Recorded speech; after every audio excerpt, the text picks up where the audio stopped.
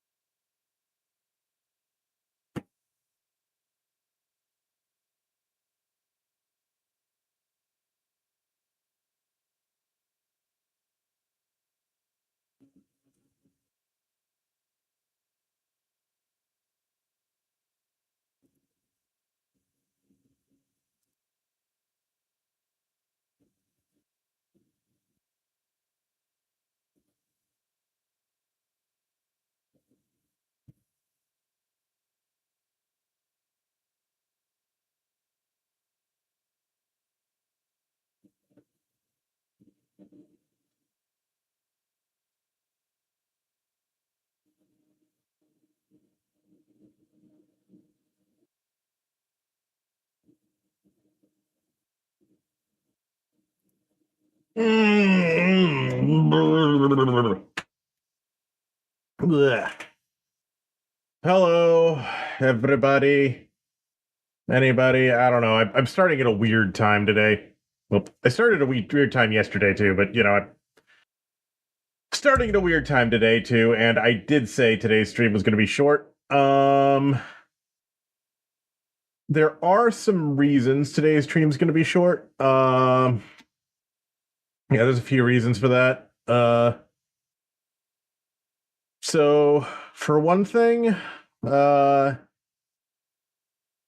so for one thing, I've been kind of busy today. Well, I wasn't feeling great earlier. I think I wore myself out last night. I streamed a lot longer than I usually do, and because I was having fun talking to my friends. Had a really good time. especially with Tanky and Wanda. They was having a great time talking with them. Um, yeah. Other than that, though, like, okay, so excuse me.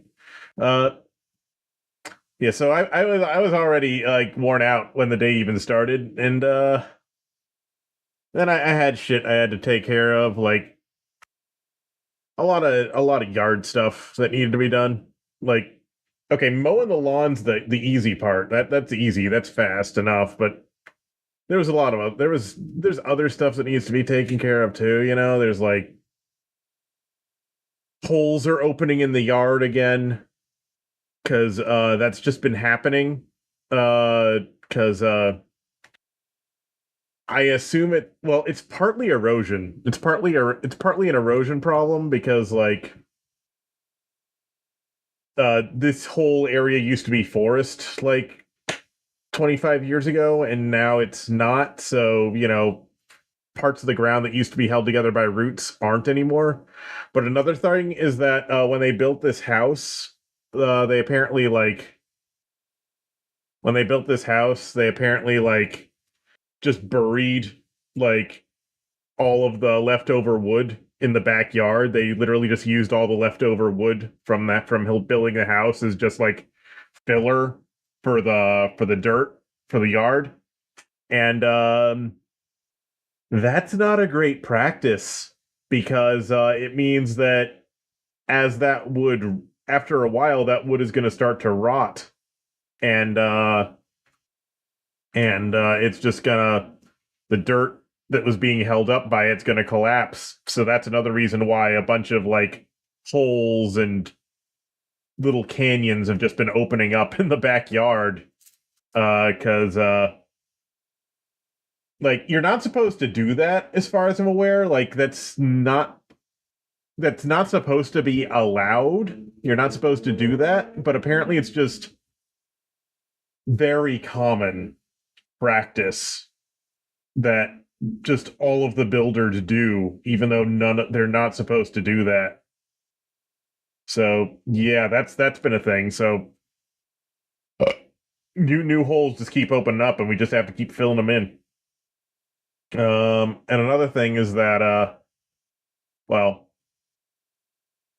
an app our one of our apple trees recently collapsed, so to speak. Like it was a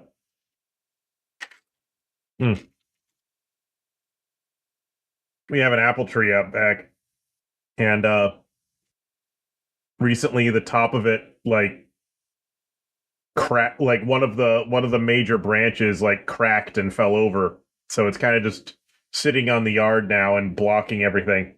It's kind of close to the back door.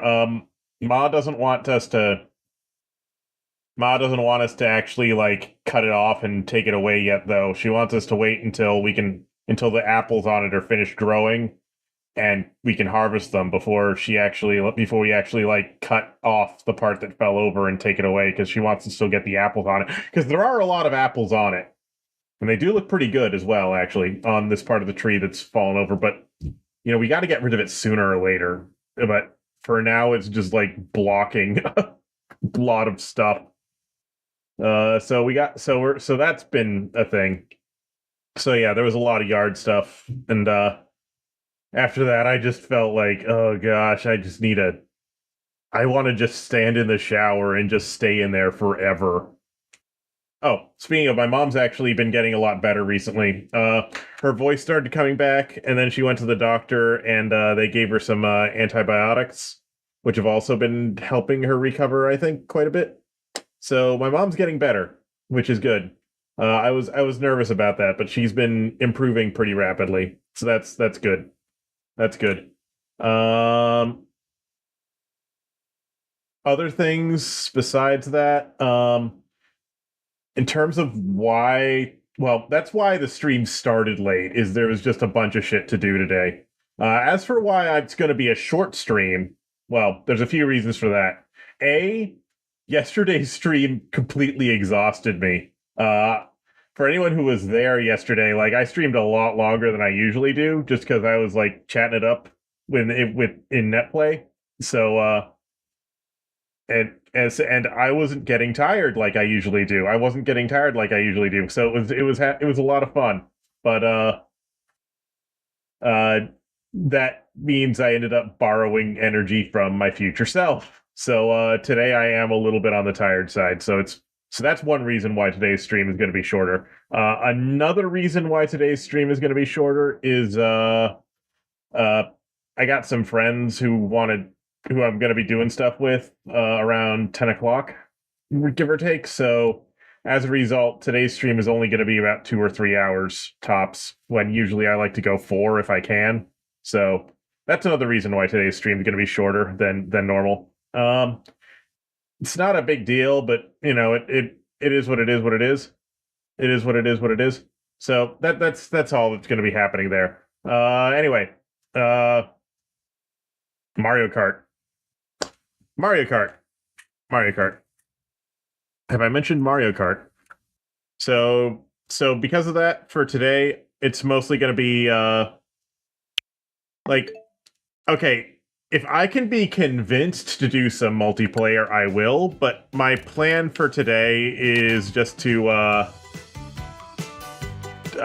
just do a few knockout tours, and then yeah, my plan for today is just do a few knockout tours, and then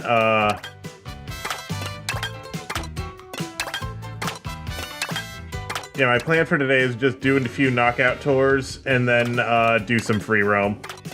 So yeah, today's not going to be that much of a. Today's not going to be that intense. Like I said, it's going to be short. Sorry. But that's just how it's going to be today. Honestly, I was on the fence about streaming today at all, and quite frankly, I probably just shouldn't, but I probably just shouldn't stream at all today, but I want to, so I will. I shouldn't, but I want to, so I will. Fuck the police. So that's how that's gonna go. I realize I'm talking to literally nobody right now. Deal with it.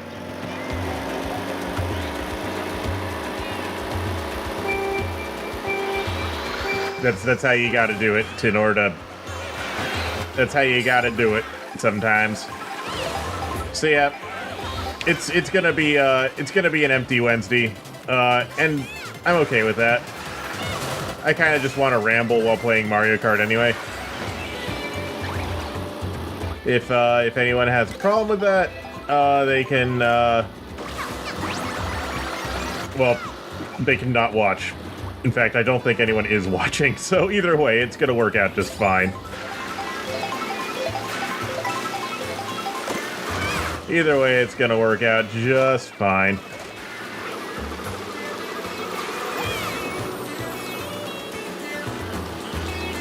Just gonna have a nice, chill Mario Kart stream.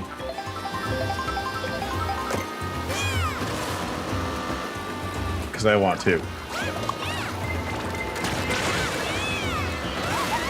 Let's see here.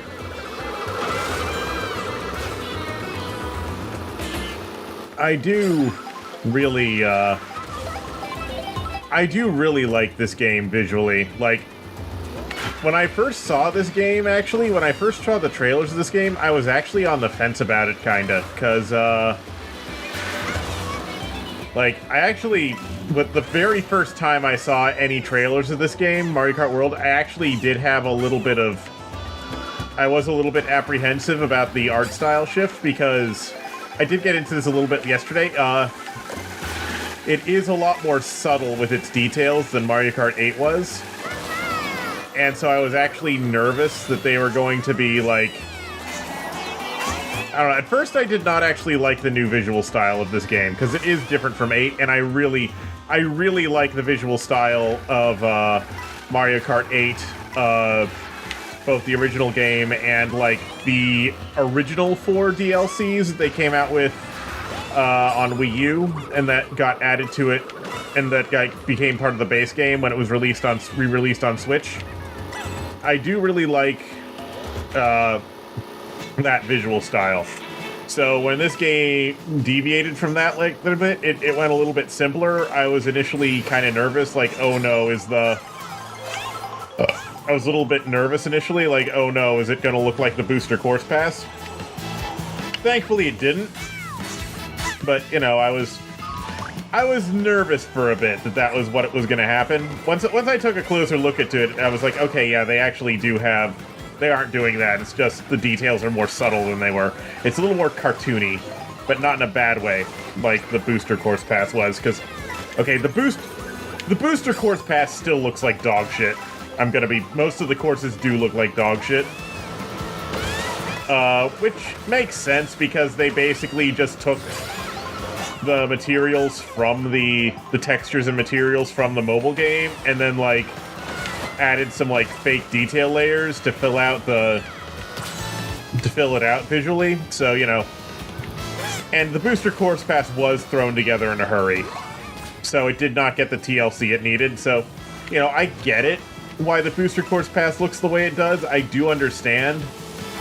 Like, the whole reason that was made in the first place is because this game got delayed. So, you know, I do get it. I do understand why it doesn't look as good. It was not made by the A-Team. It was made by who was available, basically, in order to fill in a time gap. So I do get it. And we did actually get a lot of really nice courses out of the booster course pass. I just wish they looked better graphically. That's all.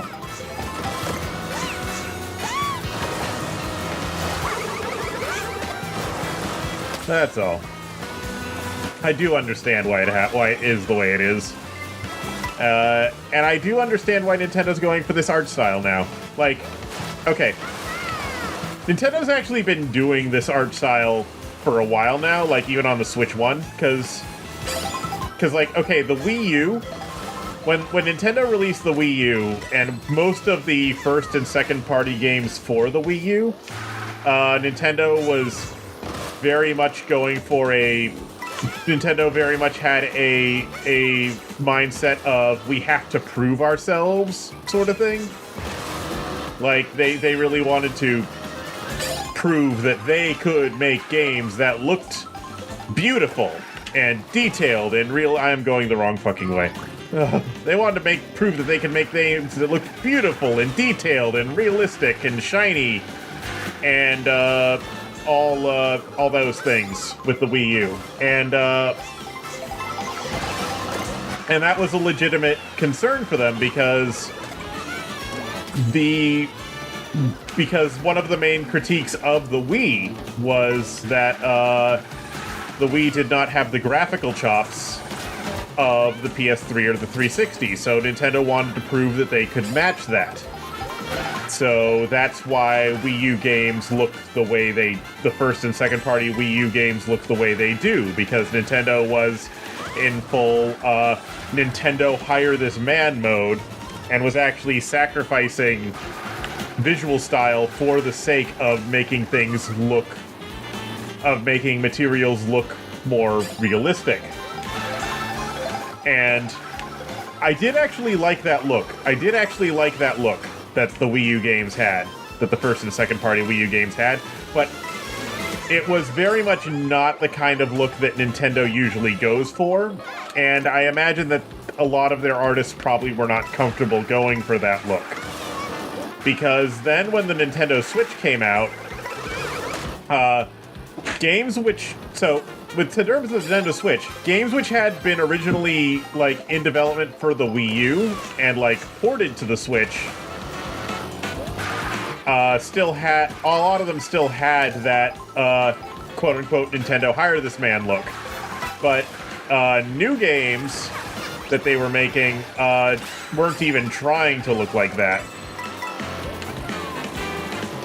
Believe Baby Mario. The new games that they were making weren't even trying to look like that. They were trying to look more like this, where, yes, there is detail, but it is subdued detail. And yes, there are more complex materials, but they are not in your face about it. They are subdued about it.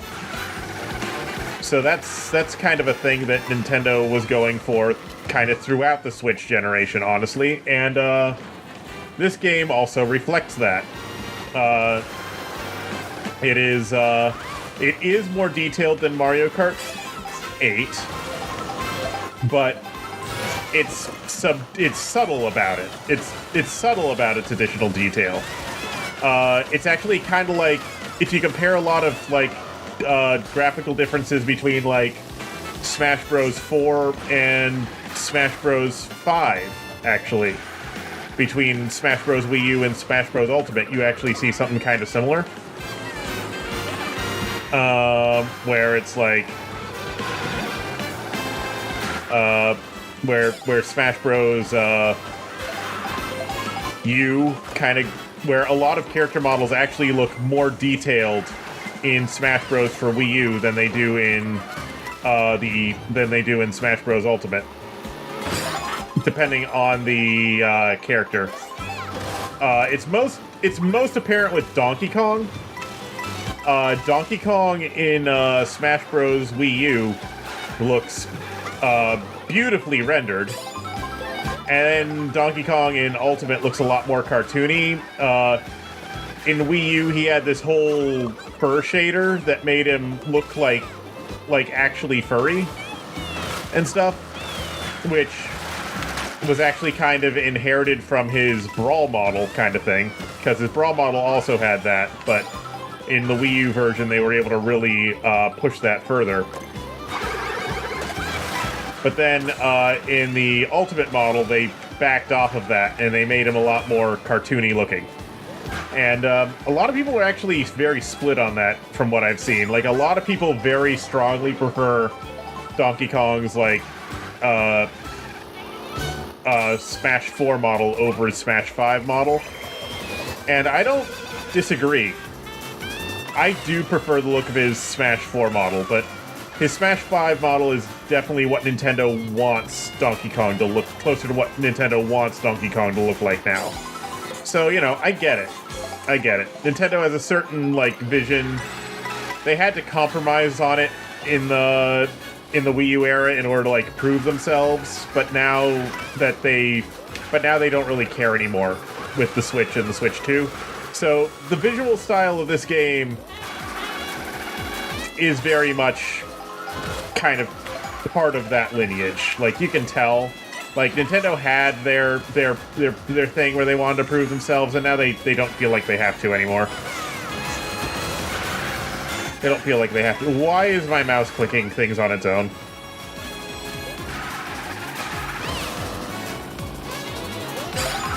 It just right-clicked by itself. I really need to do something about this mouse. Holy shit. I don't want to... Like, I've been shopping for mice. I have been shopping for new mice, but I have not found a mouse that I like as much as this design. The G602, the Logitech G602, which was discontinued a long fucking time ago. It was discontinued a long time ago. Like,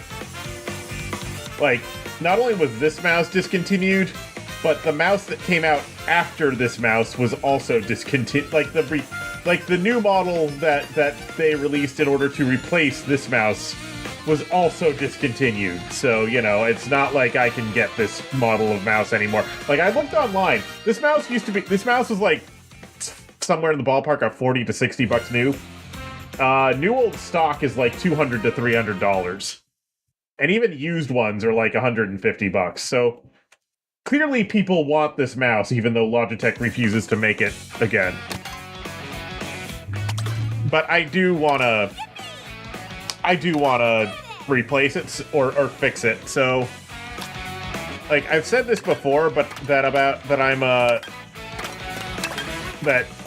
I am nervous to try fixing it because I actually owned another G602 before this one, and it failed in the same way. The left click stopped working, unfortunately. Now,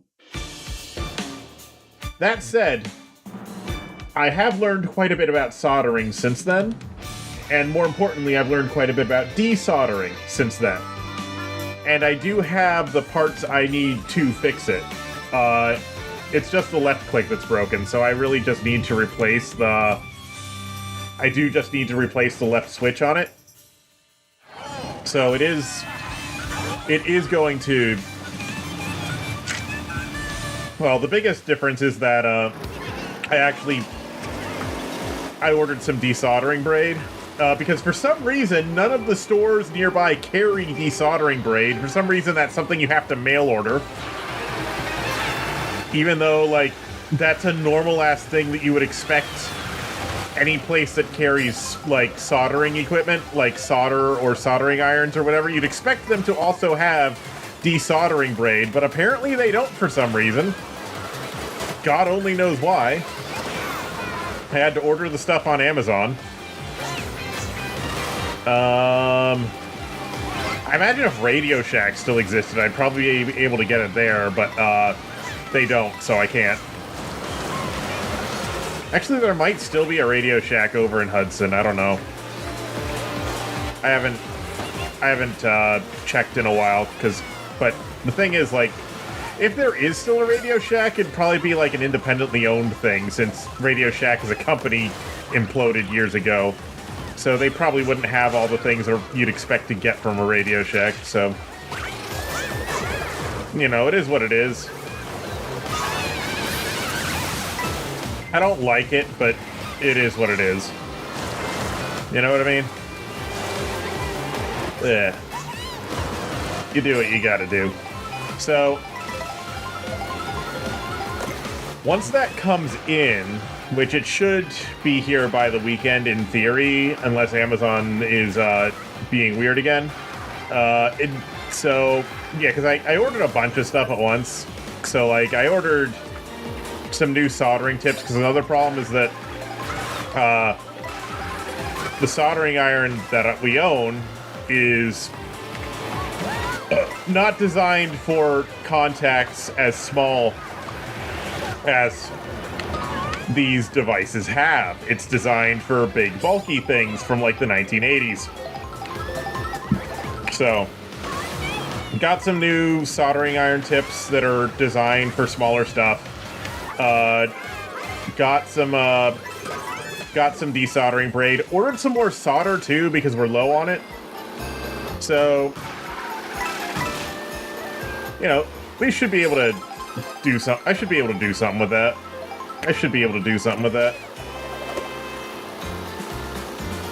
Antifreeze. Ah! I am distracted because I am ranting about soldering irons. So yeah,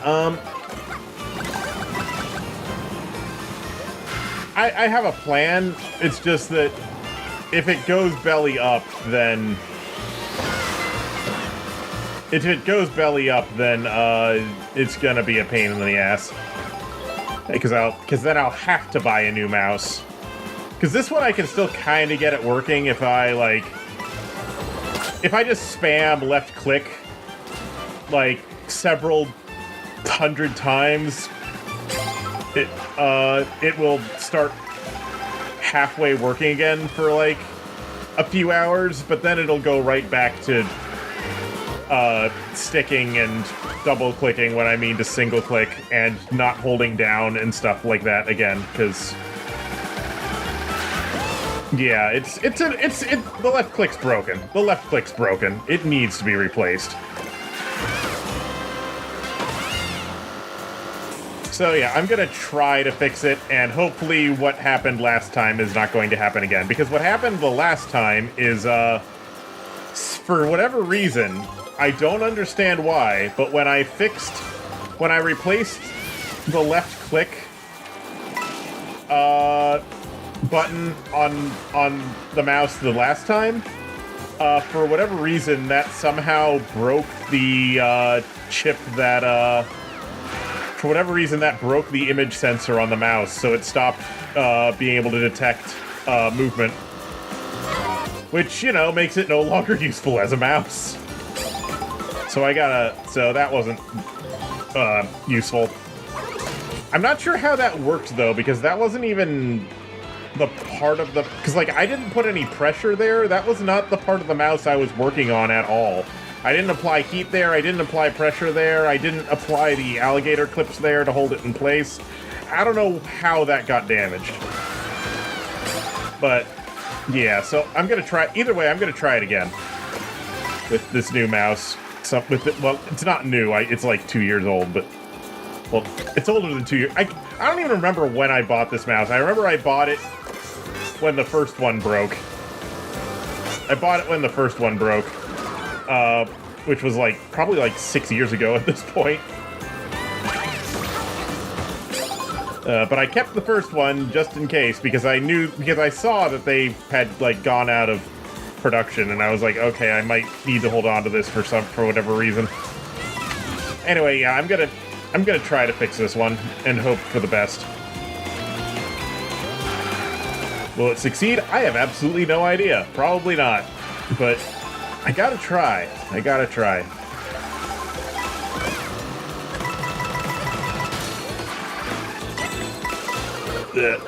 Like, the closest mouse I've been able to find to this one from a reputable manufacturer is, like, the Razer one with the side buttons.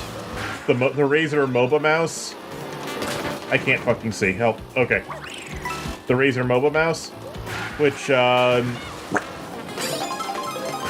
is the wrong shape for my hand. I'll put it the wrong shape for my hand and for my grip. So yeah, I just want this mouse again. Or to keep using this mouse. There is also the problem of the rubberized coating is starting to go bad, because they always do, because that is just the inevitable fate of rubberized coatings, is that they just turn into shit.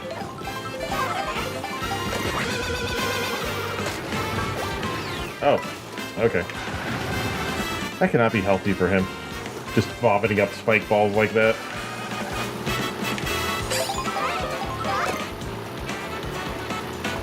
It also can't be healthy for the rest of the traffic on the road. Like, what does the rest... Like, these roads are clearly still being used by the Mushroom Kingdom for, like, normal operations. So, having guys throwing obstacles around, like, just cannot be good for the normal traffic. Then again, the go-karts also can't be normal for the normal traffic. Like, something is definitely, not good here.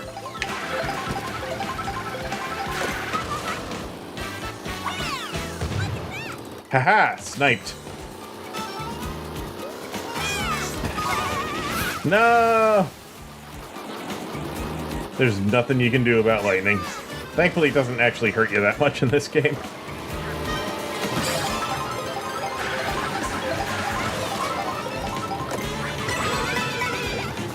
Ow. Shit. Anyway.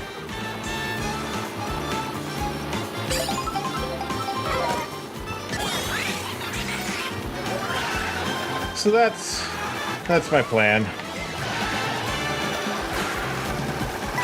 That said, Amazon was being weird about it earlier, because, like, I ordered this stuff, like, way back on Saturday, and, Amazon kept saying, oh, this stuff's gonna arrive Thursday, this stuff's gonna arrive Thursday, this stuff's gonna arrive Thursday, and they did not ship it until today. And even after it said shipped, it refused to give me any, like, shipping updates. So it's like, is Amazon doing the thing again? They're probably doing the thing again. Yeah, because all the stuff I ordered, it's like, I ordered a bunch of stuff. Like, you might remember over the weekend, I ordered, like, another,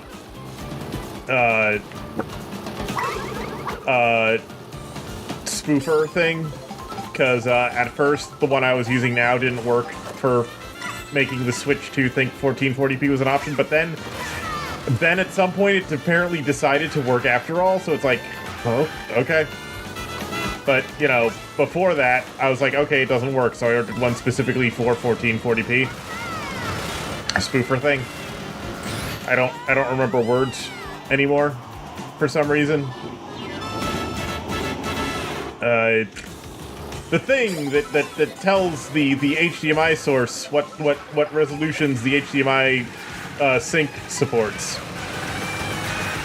That thing, spoofing that thing, because apparently sometimes devices don't have the correct list, or they don't have a specific enough list, or whatever the fuck.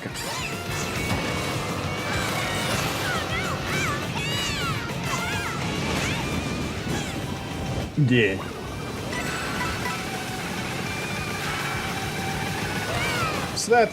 So yeah, I ordered those. I ordered the thing. I ordered the thing that will let the Switch 2 like lay on its side, because no way in hell is it going. Because right now it's like right now I temporarily have the Switch 2 in like a really awkward spot, because I can't put it where the Switch 1 was until I have it able to lay on its side, because the Switch 1 was like in a specific like cubby underneath, like, okay. So why is my mouse right clicking itself again? What is happening? Because like right now my Switch is my Switch 2 my Switch is kind of like in its own weird spot sort of thing. Like I kind of just have it sitting on the desk, but it's kind of in the way, so I do want to tuck it into the same cubby I had the Switch 1 stuck in. But I can't do that until I get the thing to lay on its side, because it's underneath a shelf, basically. It's underneath a shelf on my desk, so there's no room for... Well, where I want to put it is underneath a shelf, so there's no room to lift it out, like, vertically. I need to be able to lift it out horizontally, so that's why I need to lay it on its side. Blub. Blub, I say. Ugh. Excuse me. Yeah. Sorry if today's a little bit boring. My energy is not all here, but as I was saying before, I probably shouldn't have streamed today, but I wanted to anyway, so I will. Fuck it. It's good practice anyway. It's good practice anyway if I just talk to myself, I think. Practice for what? I don't know, but it's good practice.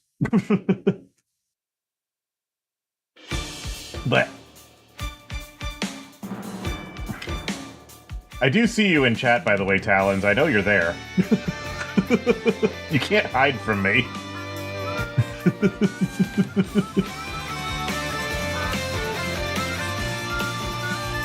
Yeah.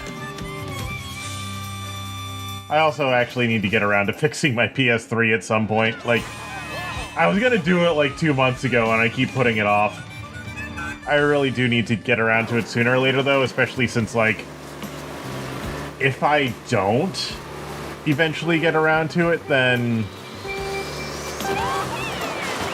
If I don't eventually get around to it, then Sony is going to close the PS3 shop before I have a chance to buy the last few things I want to buy out of it, and that's going to be a problem. Because there are games that are on the PS3 store that I want to buy before the PS3 store shuts down next year. So I do need to get around to it eventually. And it's not going to be, like, soft closed like the Xbox 360 store was. Like, you can actually still buy Xbox 360 games, like, through the web. Some Xbox 360 games, not all of them. Some of them were delisted, but any Xbox 360 game that is, like, playable on back compat via Xbone or Series X, you can still buy it on the online, and it'll still run on your 360 just fine. It'll still sync with your account and all that. Why did I do that? But the PS3 store, no. Once that shuts down, it's going to shut down properly. They already started closing it in a few countries, but it's not closed everywhere yet. US is not until next year, I think. So, yeah, I gotta do something about that. I gotta stop putting it off. I gotta do it sooner or later. But that will not be today, because I'm a lazy fuck. Ah.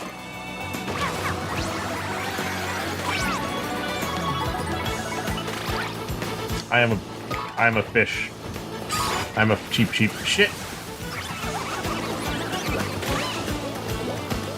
I do find it funny that Daisy's response to Japanese food is to get into a swimsuit.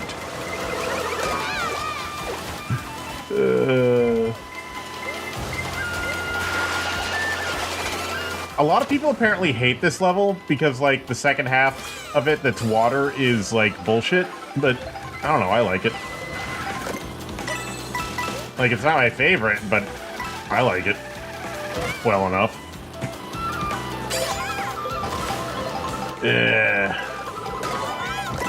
Ow.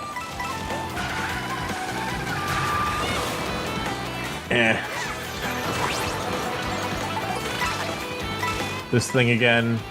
I don't think there's any characters left I haven't unlocked. Just the costumes. It's like, some of the characters, like Peach, have a ton of costumes, but I've barely played Peach, so I don't think I have any of her costumes. I don't think I've played Peach at all, actually. No, I played Peach exactly until I unlocked Rosalina, and then I stopped playing Peach. Maybe I should try to unlock some of Peach's outfits. I do like some of her outfits. From what I've seen. So yeah, maybe I should just play her some. I imagine her stats are probably the same as Rosalina's.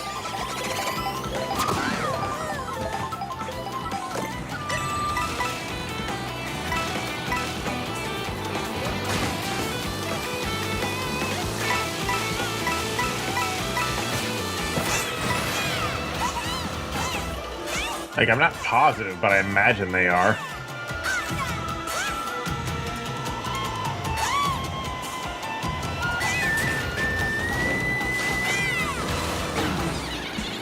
Then again, I don't know how stats work in these games. Like, I know Mario Kart likes doing hidden stats, where they have a bunch of stats that actually aren't showed on the stat screen, and often they're actually very important stats, too, that affect gameplay a lot. But Nintendo just won't tell you what they are. Because, fuck you, I guess.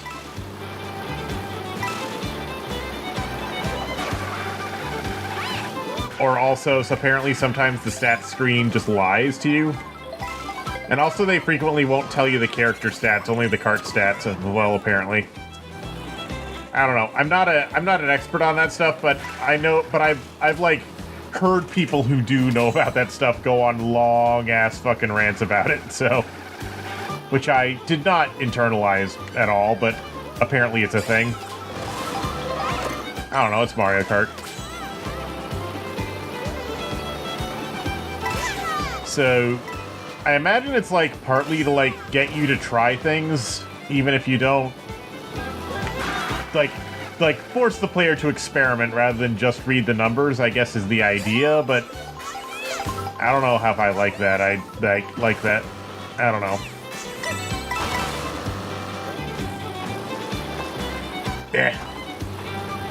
It's whatever.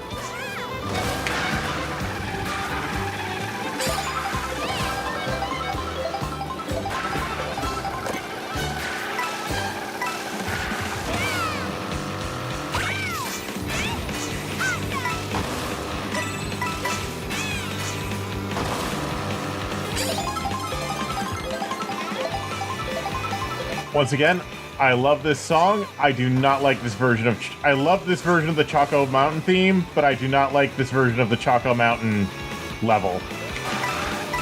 But now we're in, like, the Choco Island, like, recreation, which I do like.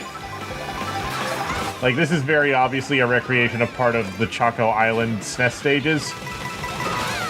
But also, one thing that's noticeable in this area particularly is, like, you see that mountain, like, you know that mountain's right on our right now? And how, when we were on the other side of the, Choco Island-esque area, it looked like it was a lot bigger and a lot further away than it actually was. I was kind of talking about this yesterday, but like this game does do some shit with like distance LODs to make things look bigger and further away than they actually are, and to make the biomes look bigger than they actually are when you're in them. And it works well. However exactly they did that, it's a really good trick. It works really well. But I'm not sure exactly how they did it. Like, it can't be just distance fog. There's more to it than that. The scale, they're actually fudging the scale somehow.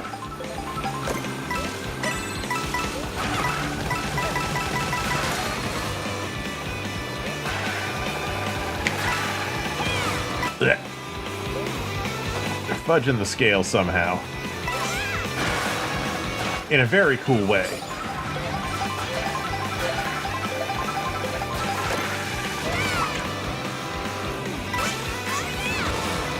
Oh yeah, speaking of keeping old-ass computers working. Speaking of keeping old-ass, like, computer parts working, the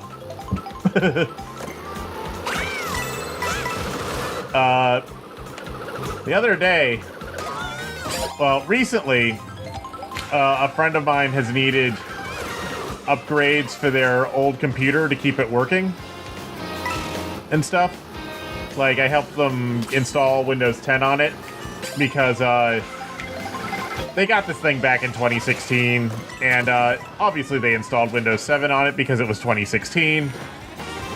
And it's actually needed quite a bit of, well, in addition to just installing Windows 10 on it, there's been a lot of other, like, limitations on it just because of how old it is. So it's like, it's using an old, like, Haswell i5 on it. And it was like, oh, Haswell, that's not been a thing. Well, Haswell was like the 2013, like, CPU generation. But the thing is, there was actually quite a lot of stuff that I'd completely forgotten about from back then. And it's like stuff that I knew just completely offhand back then, but I completely forgotten about because it just hasn't been relevant in so long. Like, oh yeah, USB drivers don't load until USB 3.0 drivers don't load until you're actually in Windows because reasons. So you actually need to on these specific, like, machines. So you need to actually, like, make sure you use the USB 2.0 ports in order for things to work properly, and make sure your keyboard and mouse can work properly and all that other stuff. So it's like, oh yeah, I totally forgot all that stuff. And needing like different, like, driver emulation things and modes in the BIOS and all that stuff that was like, yeah, this was common knowledge 10 years ago, but I haven't needed it in so long that I'd forgotten all of it. So it was actually kind of neat to be, like, working on, like, well, remotely working on, but still, like, working on a computer that old. But also, because it's so old, it's actually not that expensive to upgrade. Because, yes, there's the memory shortage right now, but the thing is, the memory shortage only affects types of memory that people these days actually want. So the shortage is currently only affecting types of memory that people actually want. So, like, yes, it affects, like, DDR4 and DDR5, but, like, yes, it's affecting DDR4 and DDR5, but,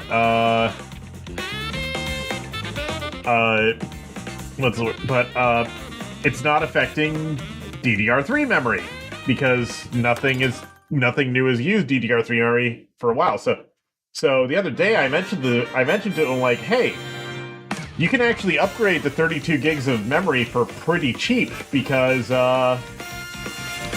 DDR3 memory isn't being affected by the shortage because no modern system can use it.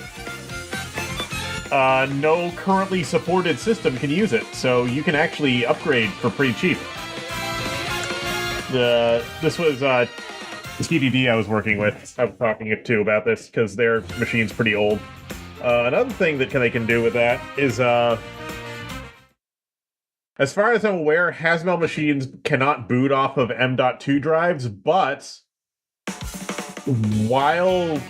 they can still address an M.2 drive once they're in Windows. So they might not be able to use an M.2 SSD as a boot drive, but they can install an M.2 SSD using like one of those PCIe to M.2 adapter cards and use it as an extra hard drive that way. Because they did say they had an extra M.2 SSD sitting around for some reason. I don't know why they owned it, but they did. It was like, yeah, you can put that in there. It'll run slower than it's supposed to because the PCIe slot on your motherboard is only Gen 2, and this thing expects Gen 4, but it will work. Did I do all these?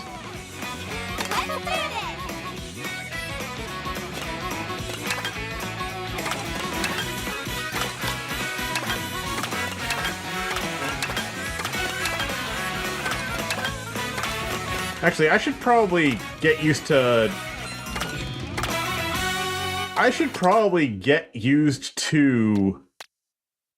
Okay. Sweet. I said I was going to play more Peach. I don't like Peach as a character, but you know what, it's whatever. I should get used to the 150cc a little bit, I think. I'll practice 150cc a bit before I switch over to free roam, I think. Because I feel like it. But yeah, what was I saying? 10-year-old computer, yeah, like, he can probably upgrade it pretty significantly for not that much money. Like, he can go up to 32 gigs of RAM, he can expand the storage, because they have an M.2 SSD, they can get an adapter for like $20. What else can they do? I honestly have no idea what TDD's pronouns are anymore. They seem to use male pronouns, but they like using a female representation, so I don't know what their pronouns are anymore. I've seen people use female pronouns for them and they don't object, so it's like, I don't know. Why did I do that? I don't know, it's a whole thing. It's a whole thing.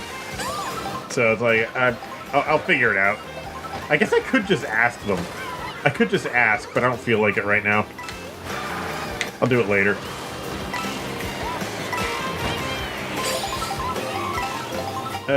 What was I saying? Upgrading their computer. Yeah, like I was saying, like, they can get DDR3 memory for cheap because nothing uses DDR3 anymore, and so... And actually, I don't think any company has made DDR3 for a long time either, so it's all new old stock, and it's just not being used, because why would it be used? Like, nobody's buying machines that can use it. So yeah, it's just not been affected by the shortage at all, pretty much.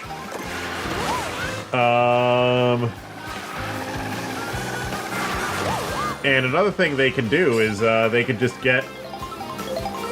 they can probably upgrade to a faster CPU, because the CPU they're using right now is like a mid-range i5, I think.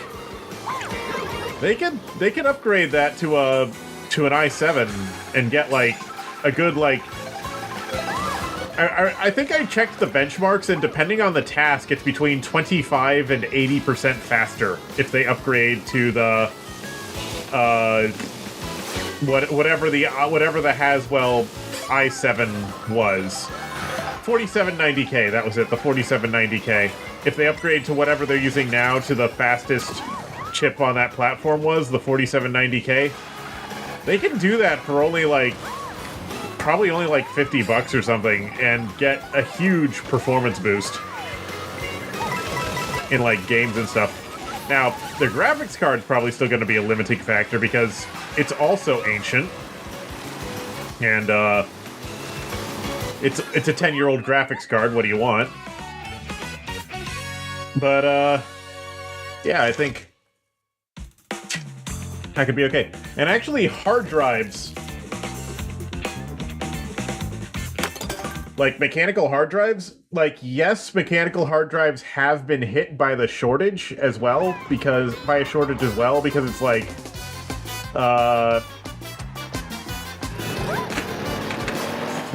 driving again, I'm screaming, and I'm not gonna finish that. Driving and I'm screaming and I'm vigorously Mario Karting and sweeping and I violently shell. You know the song. I'm not gonna repeat the lyrics here, but you know the song.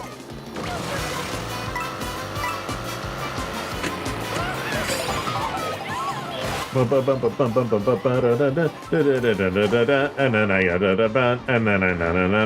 then I'm done. And then I bend all your forks. Break all the food, then forget where I am, and then I break into your house when you're asleep, and then I see me, and I you know the song. You know the song. You probably know the song better than I do. I can't remember what order the lyrics are in at all, and it does not help that I am trying to not say them, because they are not safe for... I wouldn't even say they're not safe for work. They're not safe for anywhere. They're definitely not safe for Twitch. I'm not cute enough to sing that without consequences. I'm nowhere near cute enough to sing that song without consequences.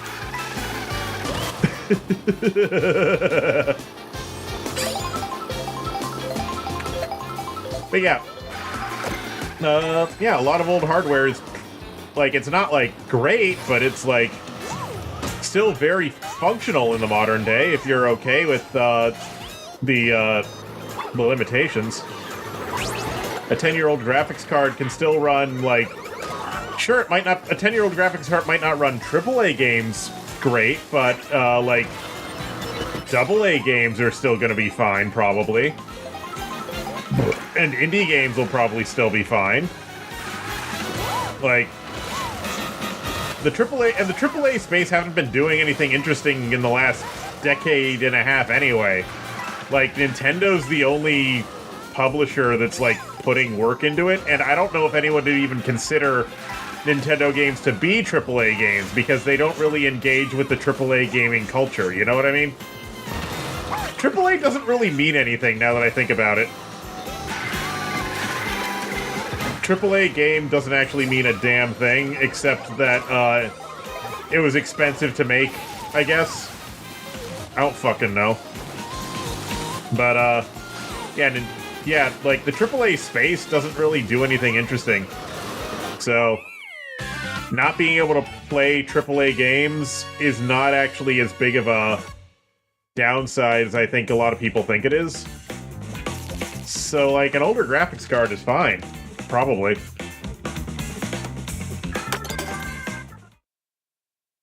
But I do realize this is partly cope, though, because the modern ecosystem is dog shit, and you can't buy modern stuff at all right now. Which, yeah, when I was in Best Buy the other day, I looked at their prices, and it's like, graphics cards which should be $200 or $500, graphics cards which should be $400 or $1,300. It's insane. Some of that isn't even, a lot of that isn't even the shortage. A lot of that is just Nvidia being a fucking asshole. But you know, it is what it is. What it is. I guess. I don't know. I don't like it. Consumer graphics has not actually been the target demographic of graphics cards for a long time. They actually just want to... The actual target customer for all these new graphics chip designs has not been consumers in a long time. It's been, like, data centers and, like, servers and, like, supercomputers and shit.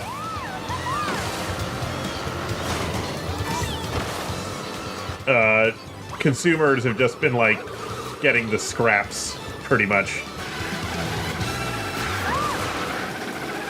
And that's one of the reasons why why so much silicon on these graphics chips isn't even dedicated to like graphical tasks anymore. It's dedicated to like AI training and stuff.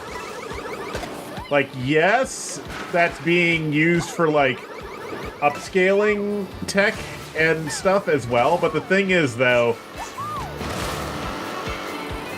they didn't add the AI processors in order to facilitate better upscaling. They didn't add the AI stuff to facilitate better upscaling. They added the AI stuff because that's what they wanted to add for like corporate customers and general purpose computing reasons. And then they looked for a way to use it on the consumer side after they already decided they were going to put it in.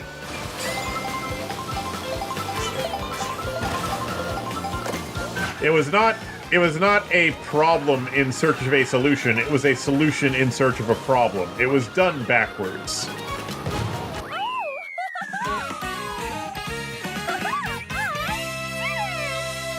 The AI upscaling was added to GPUs in order to justify having the AI having so much of the die taken up by AI processors, rather than the AI processing being added to the die to make upscaling work better, I'm pretty sure.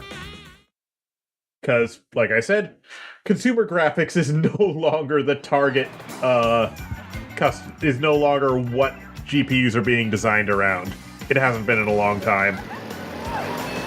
Especially not by NVIDIA. Because, and that's purely because of, like, profit and revenue. If you look at how much money they make from it, consumer graphics only makes up a tiny percentage of NVIDIA's graphics card profits. Most of it comes from data centers and like supercomputers and stuff. Has for a long time. It's kind of been that way for like over a decade at this point, quite frankly. And it's just, the gap's just gotten bigger. Like the fucking, like everyone remembers like the first NVIDIA Titan graphics card from like 15 years ago. The reason it was called that was because it was based on it was based on like what they did with the Titan supercomputer, which used NVIDIA graphics cards. So, but at the time though, NVIDIA was still mostly graphics cards for gaming purposes, and the data center stuff was still kind of their secondary market, but it very quickly switched to data centers and stuff becoming the main driver, and consumer graphics being the secondary one. Now, when I say data centers, I do not mean AI data centers. Those are a new thing. AI data centers only manifested in the last few years, but other kinds of data centers have been a thing for a lot longer than that, obviously, because that kind of work needs to be done. There's always been a need for that kind of work, like processing large quantities of data. Like, you don't think YouTube runs itself, do you? What was I talking about? I feel like I was talking about something earlier and I forgot, and I got sidetracked.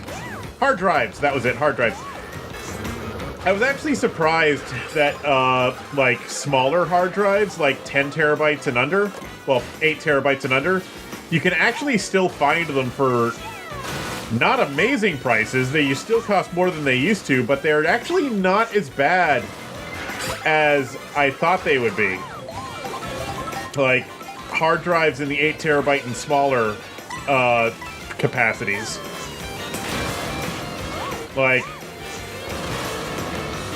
both in the US and Canada, you can get 8 terabyte and smaller, like, Red Pro hard drives and stuff like that for not that much more than they used to cost.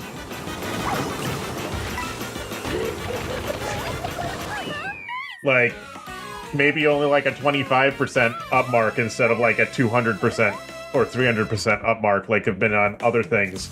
Now, that might be just a North America thing. That might be just a North America thing.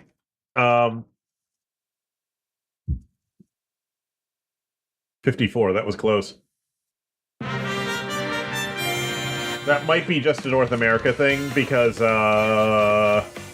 I've heard that in Europe you basically cannot buy hard drives at all anymore. So it might be that you can only buy mechanical hard drives for decent prices in North America at this point. Because I remember Western Digital did a press release or something where they said that all of their hard drives from all channels were like bought up for like the next foreseeable like 2-3 years, like they were all reserved. So the fact that you can still find them in the consumer channel in North America is kind of amazing, actually. That said, I might want to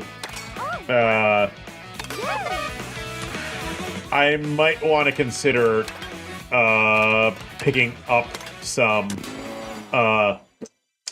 I might want to consider picking up one in the near future, just in case they do disappear, because I have been running low on storage recently because I am a data hoarder. So I kind of do want to grab like another 8 terabyte hard drive or something in the near future, just so I can store stuff.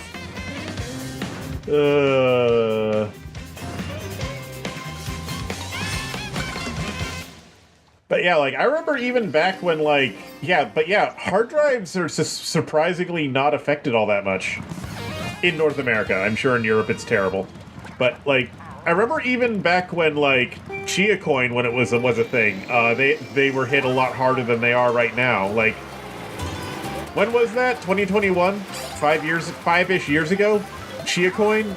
That stupid cryptocurrency that was, like, mined using hard drives instead of GPUs or processing power, mined with storage space rather than processing power, which it was very much a flash in the pan fad that lived and died like over the course of only a few months.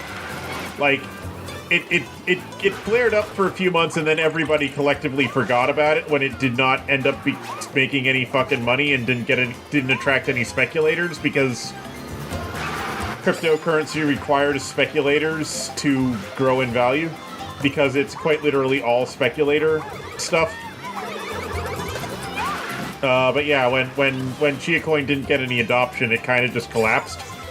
But it was adopted for long enough for some stuff to end up briefly, like, for hard drives to briefly end up overpriced.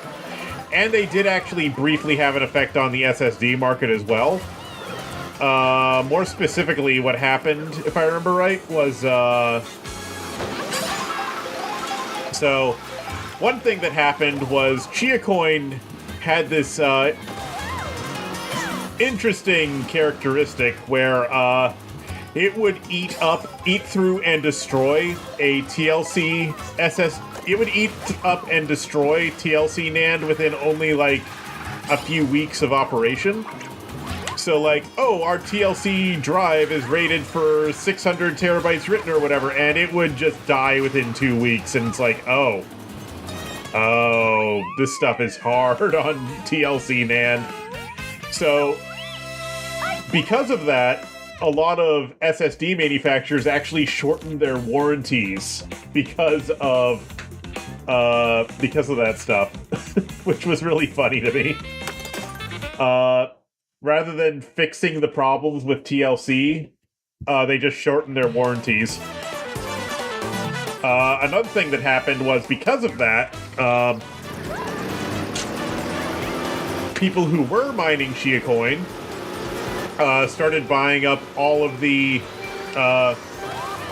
started buying up all of the new old stock of MLC SSDs, which, up until that point, even though MLC SSDs were not being manufactured anymore by basically anybody, you could still get them for pretty affordably. In fact, you can get them even for cheap because there was a ton of new old stock sitting around of MLC SSDs, especially the Samsung 970 Pro and 860 Pro. You could just find new old stock of those pretty easily, and they were actually cheaper than the newer drives, even though the newer drives were actually less durable because they were, and actually had generally worse specs because they were made out of TLC NAND. But yeah, you could get new old stock MLC SSDs for pretty cheap. But then Chia Coin, because it completely destroyed TLC NAND, like, TLC NAND just died if you tried to Chia mine on it. Everyone who was mining Chia coins started buying up all the new old stock of MLC SSDs, so they pretty much disappeared from the market. Like, completely. They were gone.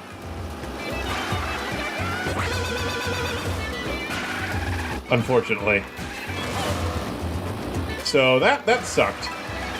Because the way Chia Coin worked was, you had to have, like, big mechanical drives, which counted as your storage, and then you had smaller, faster drives, like SSDs and stuff, which did some other thing. They called it plotting.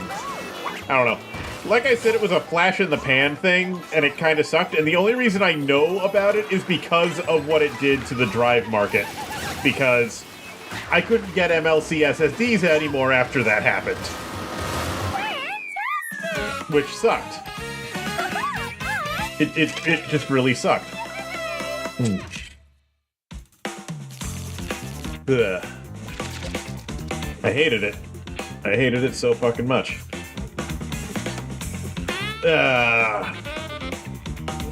Sorry if I'm boring the shit out of you. It will keep happening. So yeah, that sucked. But, you know, it is what it is. Although, actually, the thing about, like, TLC NAND and now QLC NAND, I guess, I still don't like QLC NAND, but one of the problems with TLC NAND isn't even, like, its right performance under normal circumstances, because, like, yes, it's lower performance and less durable, but the way that normal people use an SSD, it won't actually affect them that much, unless one of the problems with TLC NAND specifically, which I've actually dealt with personally, and which is why I hate it so much, and refuse to put it in my machines if I can avoid it, is because, one thing that TLC NAND will do is that if you leave the drive powered off for too long, it will gradually lose it. The NAND cells will gradually lose their charge, and the data will gradually corrupt over time if you leave it turned off for too long. As long as you turn it on every, like, and let it stay on for, like, a few hours every couple weeks, it's probably fine. It's only if you either leave it turned off for months at a time, or you write a lot of data all the time, that TLC NAND will fucking implode on you. So, for normal use cases, the stuff's actually fine.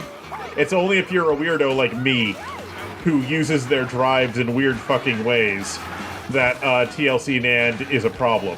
QLC NAND, I think, is still too unreliable for consumer use, but what do I know? Apparently it sells fine, so whatever. I guess I'm just stupid like that. I don't know.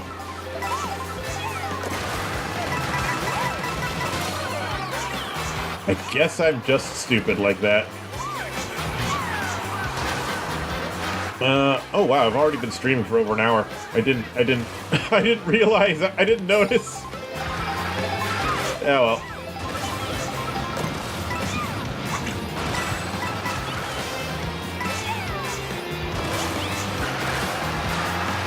Did not even notice. Just been rambling about stupid bullshit that nobody cares about but me.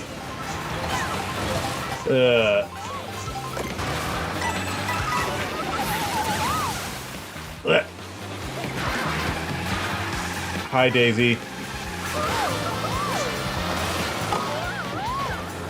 I'm still not sure how this is supposed to be Wario Stadium, because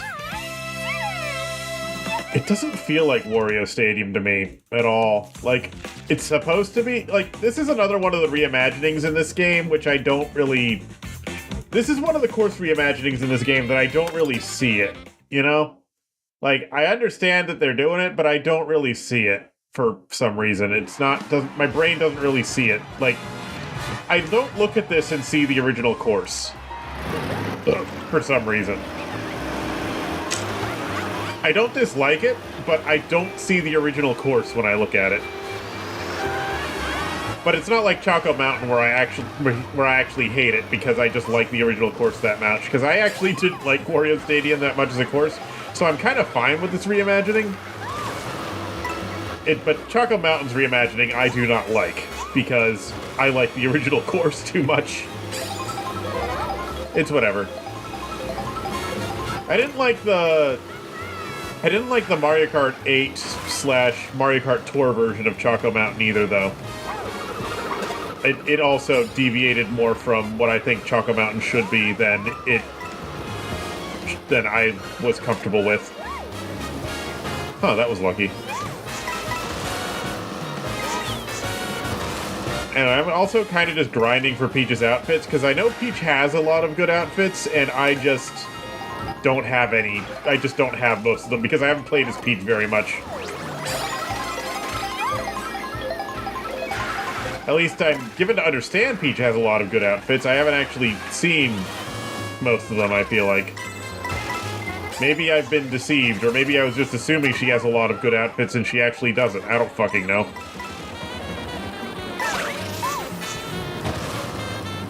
I could be wrong. I haven't really looked into this game all that much before I bought it, to be honest, because, I figured I was going to get it sooner or later, and I wanted to experience it. Like, I think I watched, like, one video on, like, the music ripping process from the people trying to rip the music from this game.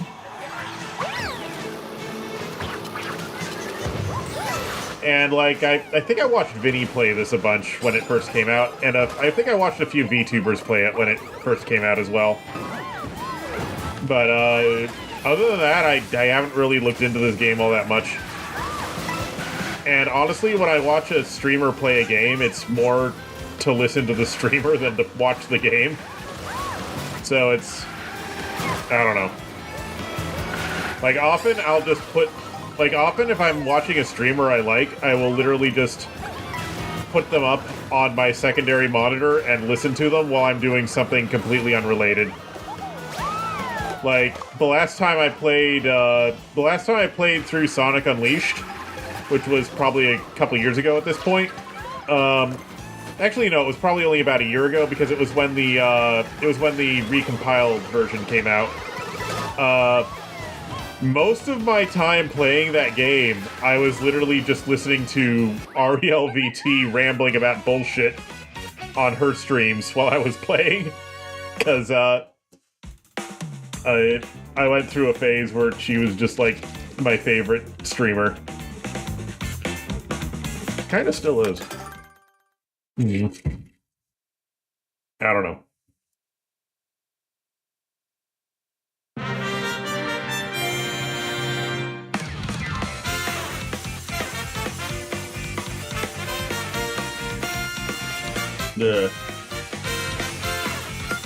So there is the elephant in the room that I've been putting off talking about today, because honestly I don't really like thinking about it. And like I don't like thinking about it, but it is the big elephant in the room, which is in the last couple of days we have lost a couple of wonderful actors who were an inspiration and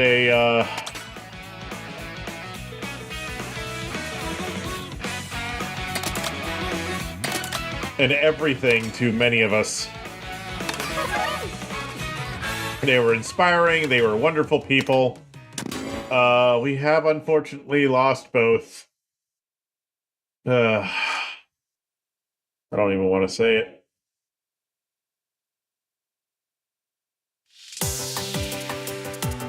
I don't even want to say it, but we have unfortunately lost both Dolly Parton and Tim Curry in the space of like 2 days. It's kind of got me depressed. It's got me quite depressed, actually. Like, both of them were hilarious as shit. Both of those actors. Yeah. I'm not too familiar with Dolly Parton's like acting work, but I've heard her on talk shows a number of times, and she's always hilarious. And Tim Curry was in so many movies I saw growing up. Holy shit.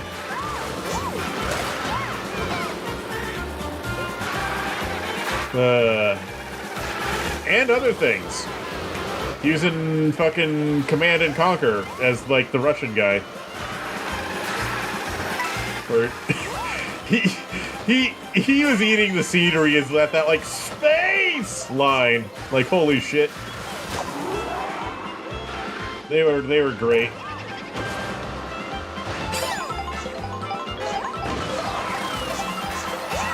Ugh. So yeah, that's very, very sad. Later today, some of my friends and I are going to be watching some like Tim Curry movies just to remember him by. That's one of the reasons why today's stream is going to be so short. Just because we're going to do that.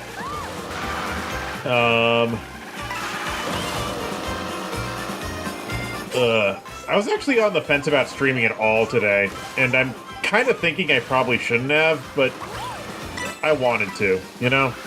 I wanted to, so I did. I don't even know why I wanted to, but... And it might have been a mistake, but I wanted to do it, so I'm doing it. Ow! As I kind of mentioned this earlier when I started stream, like, a bunch of things happened today. Like, well, A, I'm kind of just sad because of what happened. B, I tired myself out yesterday. Like, I went for over 6 hours. I don't usually stream for that long for a reason. Which is that it completely exhausts me when I stream longer than 4. Another was that, well, I was just busy doing stuff in the yard for a while.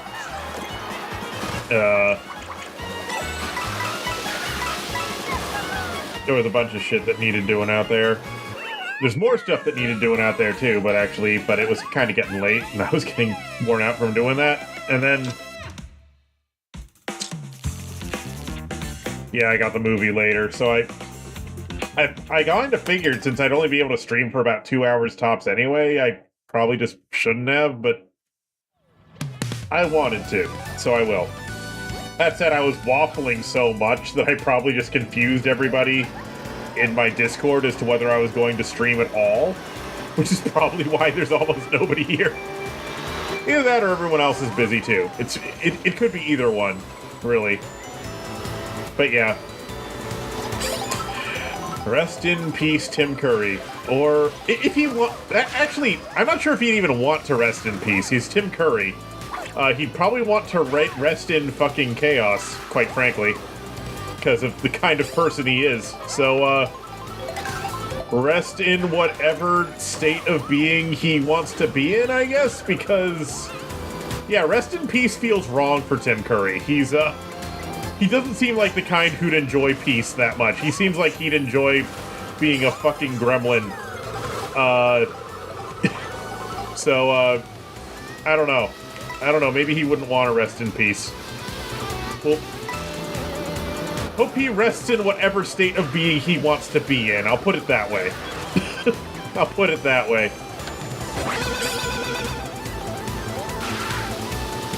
He was a good...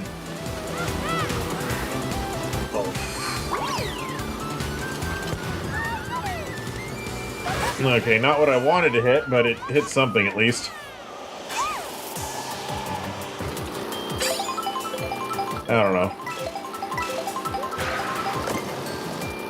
I guess I kind of wanted to just yammer about bullshit for a couple hours. I guess.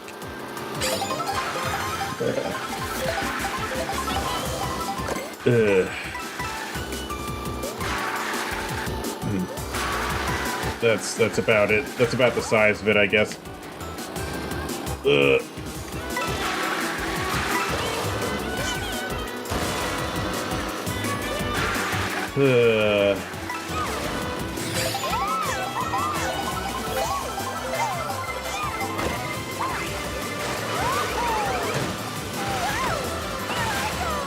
That's the only thing I can really think to say.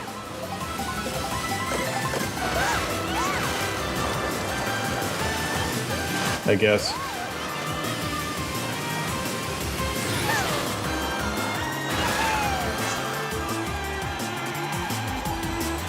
Sorry about this stream. Wonderful! It'll happen again.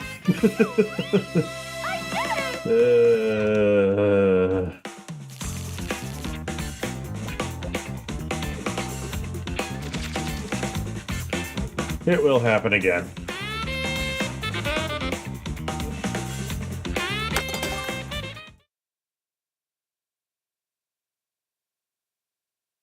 Honestly, after this cup, I might just stop.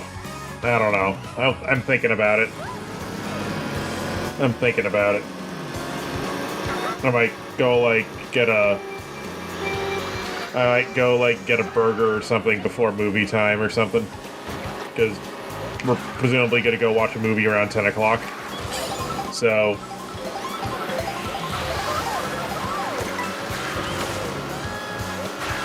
maybe 9 I'll stop? I don't know. It's like 8:45 right now. Did I hear this song in this game before? This is N64, right? The penguin level. Yeah?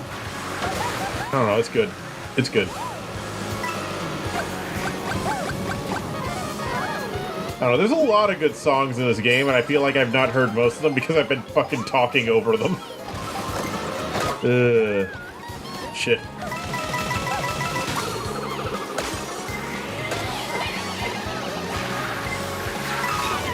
It will happen again. Yeah.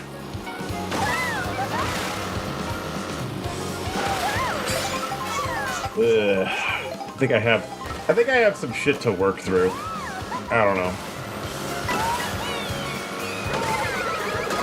Ow. Ow. God damn it.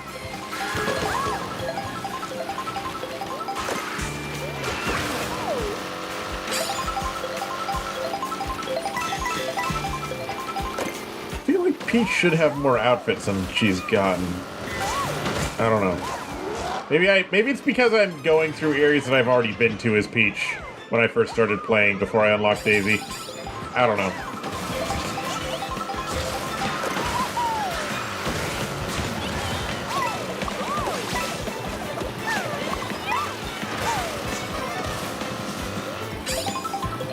Yeah, I might do one more cup after this one. We'll see. One thing I do like about this... I actually do really like the, Okay. One thing I actually do like about this game, I do really like the Knockout Tour mode. Kind of. Okay, this might sound weird, but I kind of wish there was a version of the Knockout Tour mode where you could play the Knockout Tour, like, routes without the knockout part. Where if it kept the full 24 players throughout the entire, route. Because,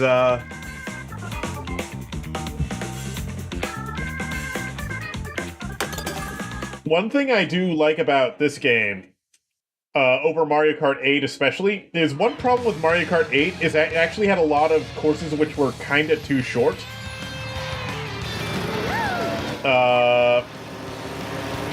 Like, the worst offender is probably N64 Rainbow Road, but Mario Kart 8 had a fair number of courses that were too short. And this game kind of goes the opposite direction with its Knockout Tour courses, because they are... You are driving continuously for several minutes, which I like. Like, I've mentioned this before, but I like it when... I don't like it when a multiplayer, like a PvP experience ends too quickly. I like, because like a lot of games, the match ends before I've even like started to sink my teeth into it. It feels like the time to kill is too fast in like PvP like shooting games.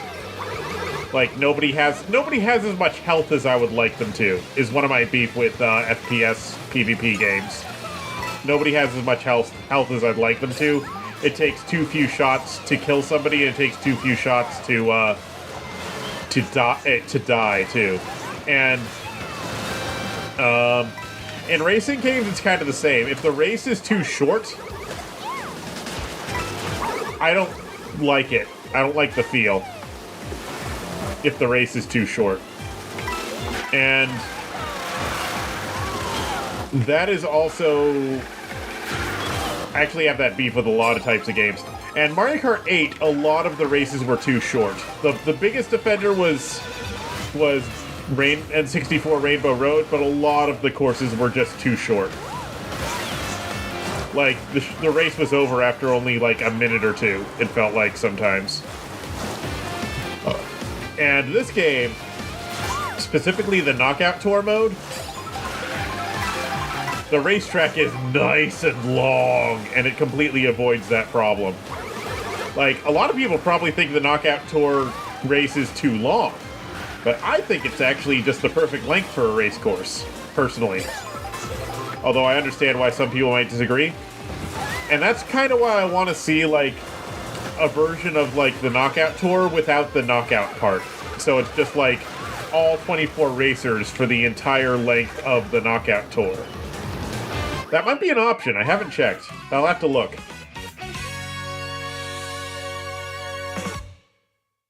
I'll have to look, because I do like me some nice long race courses. Call me weird if you like, because I am. It will happen again. I will continue to be weird. It's like, I think I told this story the other day, where it was like, in, oh wow, my voice is starting to give out. I think I told this story the other day, where it was like, there was this one MMORPG I played a long time ago, where the PvP was kind of glitched out and broken, and so as a result, every attack only shaved off 1 HP. So it actually took like a good half hour for us to actually, like, for me and my opponent to actually, like, do significant damage to each other. And that was the most fun I'd ever had in a PvP game, in a PvP mode, in like any kind of game, because the time to kill was so long that it actually felt good to play. Because most games, it takes too little time to actually die or kill. So it's like it doesn't feel good to me. I like it when it takes a long time of just like wailing on each other before the damage becomes significant. I like long drawn out fights. I like long drawn out fights in PvP. But most people hate that. Most people hate long drawn out fights in PvP. So apparently I'm just fucking weird. And I'm okay with being fucking weird, because that is, I am okay with liking things that nobody else likes. And, but it does get lonely, because they're the things that I want to do that no game is willing to do. Shit. They're the things that I want to do that no game is willing to do, because the number of people who'd actually like it can be counted on one hand. The problem is, I am one of those people. So, like, I'm okay with having weird tastes, but I wish more other people shared my weird tastes, so there would actually be people to play those sorts of games with, and so games like that would actually be made. Unfortunately, I don't see that ever happening. 'Tis what it is, but I would like that to happen someday. I want games where, with that kind of, like, really long, drawn-out fights. Those the kind of PvP I want. That's also kind of why... That was also kind of one of my beefs with, like, League of Legends, actually. Was, A, there's so much emphasis on, like, burst damage in that game. And B, once a tower is gone... Once a tower is knocked out in League of Legends, it's basically, once a tower is knocked out in League of Legends, it's basically it's basically just gonna start dominoing from there. That's why I liked Dominion mode in League of Legends, actually. That's why I liked Dominion mode in League of Legends, because it made the match, it meant that you always had a lot of time to recover from being down, which you did not have in the normal mode. But then, of course, Riot got rid of Dominion mode in League of Legends. Dominion was the only mode in League of Legends I, like, legitimately enjoyed. So, when Riot got rid of that, I was, like, actually deeply upset. And I never really liked League of Legends after that. Like, I still played it occasionally just to hang out with friends, but I didn't actually enjoy playing it.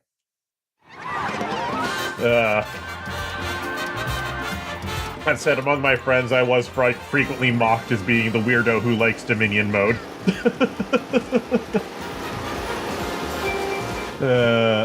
They apparently did bring back the Dominion map for some for some other game modes later on, but it was not Dominion. Am I even saying the right word? I don't even know if I'm saying the right word. I mean the mode where it was like, there's 6 points and you need to maintain control over all 6 points in order to win. But the other team can take over a point that you previously took over in order to take it away from you. And as a result of that, as well as because of the shape of the map, it frequently resulted in the two teams just chasing each other around the circle over and over again for like a good hour or so, and nothing getting done, because the back and forth just kept going. And which that's actually exactly what I liked about Dominion mode, is it took fucking forever for anything to happen, because I liked those long drawn out fights that nobody else but me likes. Apparently. So yeah, I want to play. Oh, I actually unlocked a new character. I didn't even register that. Cool. So yeah, that's kind of more leading into, I like things most people don't like because I'm weird.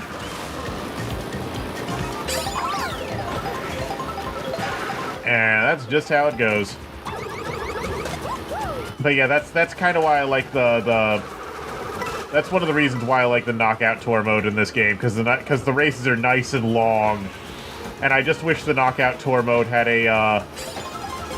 had a version where you could play those long Knockout Tour courses without the knockout part. I want those Knockout Tour courses without the knockout part. I just want to have a really long as fuck race course with 24 players. You know what I mean? Like, in single player, it's not a problem. In single player mode, it's not a problem. Because you can just get ahead of the AI and it's whatever. But in multiplayer mode... multiplayer mode, I can see that being, like, an issue.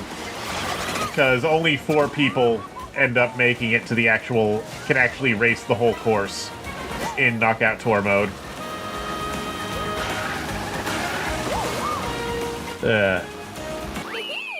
Only 4 people can race the full course in Knockout Tour mode. Actually, this kind of ties into what I liked and didn't like about a lot of games.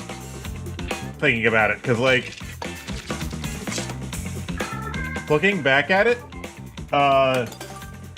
Diddy Kong Racing on the N64. If I remember right, the courses in that game that I liked the most were the longest ones. A lot of the courses in Diddy Kong Racing on the N64 are just these boring, short, tiny circles. Just glorified circles with, like, some background art some background objects that look cool that you never actually get close to. And they're just a shitty circle. And, they're short, too. And so, those courses bore the shit out of me in Diddy Kong Racing. The courses that were fun were the long ones. But also the ones that were actually fun were the ones that had you actually, like, racing through the interesting, weird environment, rather than the interesting, weird environment things being background objects that you never actually got close to. If you've played Diddy Kong Racing, then you know the courses I'm talking about. Ooh, nice. Got another Peach outfit. I don't know if I like this Peach outfit, but I did get another Peach outfit. I like the hair on it, actually. Well, I kind of like the hair. It's actually a very 1950s hairstyle. It's interesting. It's not really my thing, but I can see it being like an Icky thing. I can see Icky liking this hairstyle on Peach. I can see Icky liking this hairstyle on Peach.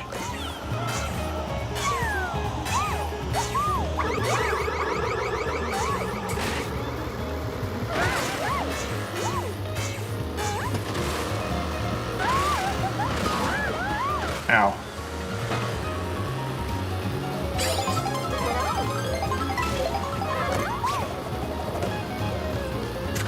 It looks like those hairstyles where, like, people put, like, a weird filler thing on top of their head under their hair in order to make their hair look poofier than it really is. Like, you see advertisements for them at, like, 4 a.m. if you're for some reason, like, still watching. What I like to call, like, insomnia advertisements. The weird advertisements for things that nobody fucking wants or would think of, or, like, why the fuck does this exist? That you see at, like, 4 a.m. on the weird TV channels. You know what I mean? It's like, it's not even a, like, as seen on TV type product. It's like a what the fuck, why type product. And you don't, they're not broadcast during normal hours because I guess they can't afford advertising during normal hours. They only show advertisements for these things at stupid hours in the morning. Like when the channels are showing their, like, late night programming blocks, like 3-4 in the morning. So there's things like hair filler things or, like, other weird shit like that. I did terrible that race. I did absolutely dog shit that race. Holy shit.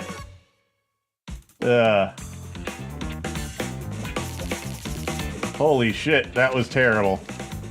Somehow I'm still in second place.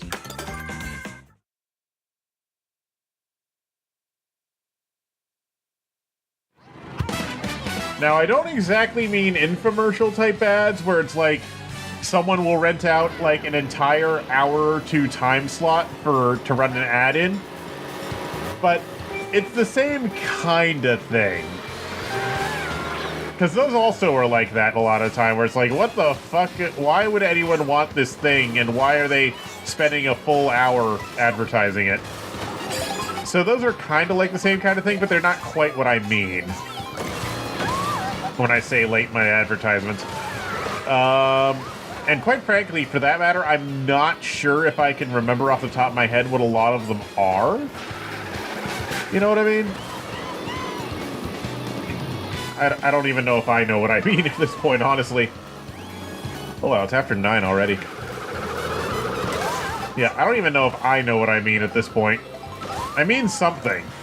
Clearly I mean something, because I said something, but I don't know what it is at this point. I might just be going crazy and, like, hallucinating memories that I don't actually have. It's happened before. It's happened before. I don't think it's happened on stream before, but it's happened before. But, I don't know. This hairstyle on Peach triggered a weird fucking memory for me. Or what I think is a memory. I'm not even sure if the thing I'm remembering exists or not. Like I said, I might be hallucinating a memory that doesn't exist. I might be hallucinating an entire class of products that doesn't exist.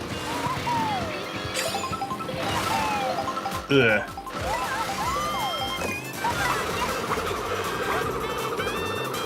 I might be somethinging a something. I might be squirting a scoot. What? What the fuck did I just say? Oh, we finally got Arrow. I knew I was missing Arrow. I figured there had to be an Arrow for Peach as well if the other women got it too.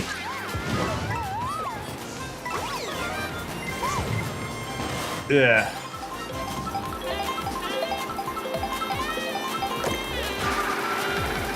One thing I do like about this game is that they don't give all the women characters the same body type. They give them like some variety. Okay, I did so fucking bad this cup.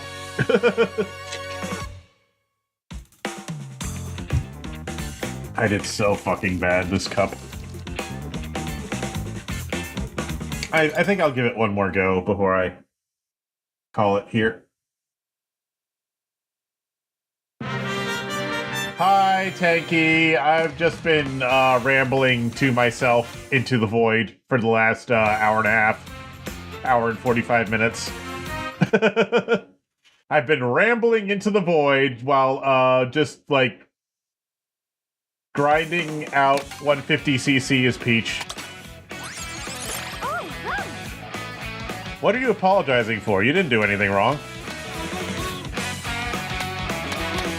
Okay, so I did unlock 2 outfits, but I kind of want to keep using this one.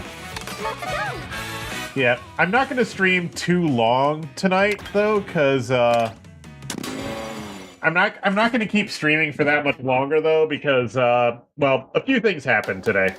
So, as for why I started late, it's because I was busy for a good chunk of the day, doing like yard work and stuff. You're weird, but you can feel bad for not being around to support. That's fine. We had a lot of fun yesterday. I'm sure we spent a good 6 hours together yesterday. We can. I'm okay with it if you need a break from me. I completely understand if you need a break from me after yesterday.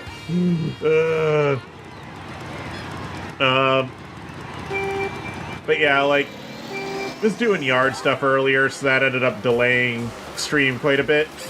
Because, you're just normally driving in the evenings. That too. That's true. You're, you do Uber stuff. But, like, you know, mowing the lawn, and then there's fucking holes all over the backyard for reasons, which are a pain in the ass. Because, like, this used to be forest. Actually, it was longer than 30 years ago, this was forest. 30 years ago, where this house was forest. Was woodland. And so, the dirt that used to be held together by roots isn't anymore. So that's part of the problem. Another thing that happened is, hello. Oh, I unlocked Dolphin finally. Another thing that happened is, apparently when they built this house, they're not supposed to do this, but, like, builders are not supposed to do this, but they like doing it they tend, but it's the standard practice around here, even though they're not supposed to, and it may or may not be illegal. Well,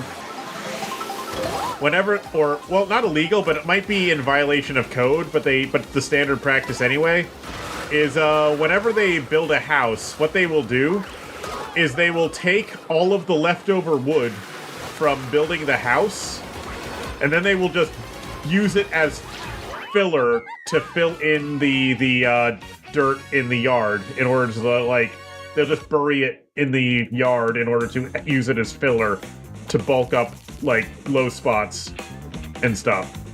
I don't think they're supposed to do that. I don't think that's to code, but it's the standard practice. And what happens when they do that is, a few decades later, that wood rots. And, and when it rots, the dirt around it starts collapsing. So, you know, that happens. That happens. And, so that's another reason why, the friggin' holes and fissures and little canyons and shit keep opening up in the yard. Is because they've been doing that. So we've been having to fill those in every time they manifest. And it's basically a game of whack-a-mole, because, new ones open every few weeks, it feels like. I know it's not actually every few weeks, but it damn well feels like every few weeks.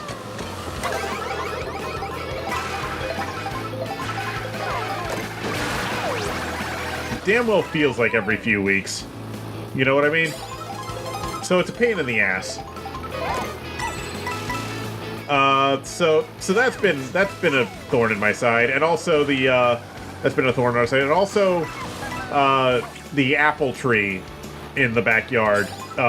One of the bigger branches collapsed, and it's in the way.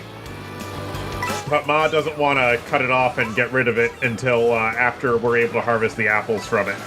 So it's just gonna keep being in the way until we finally cut it off and get rid of it. Whenever the hat ends up being in the foreseeable future, which may or may not, probably gonna be in like I don't know how long it's gonna take those apples to finish growing.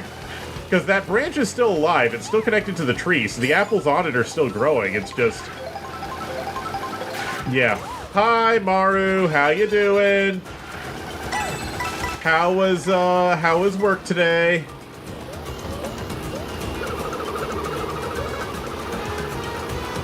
Yeah, so that was my, so that was what I was busy with earlier.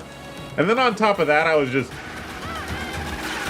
tired after yesterday because Tenki remembers this because she was there, but we were playing for a long time yesterday, and I completely exhausted myself.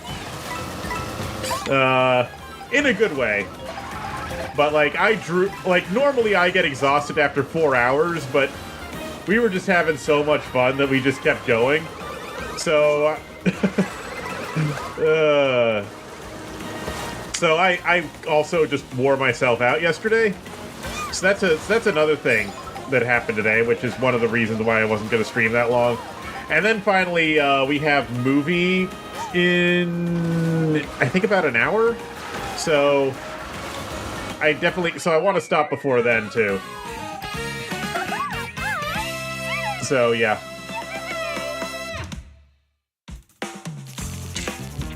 Gotta lock in, bruh? Yes. I gotta lock in. Mofu Kart.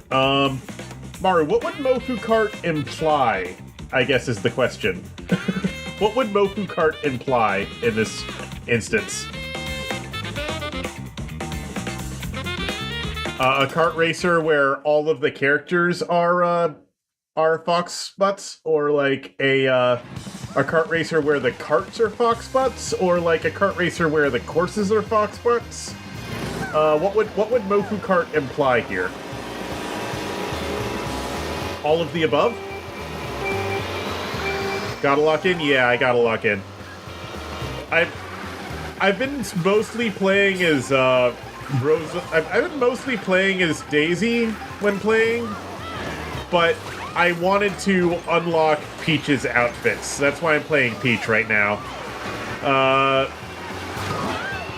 Turbo Teen Nightmares. I mean, it would not even be the first kart racer I've played where you're riding on people. Okay? Hi, voice in the crowd. I saw you lurking. I've seen you lurking for a good, like, hour and a half. I knew you were there.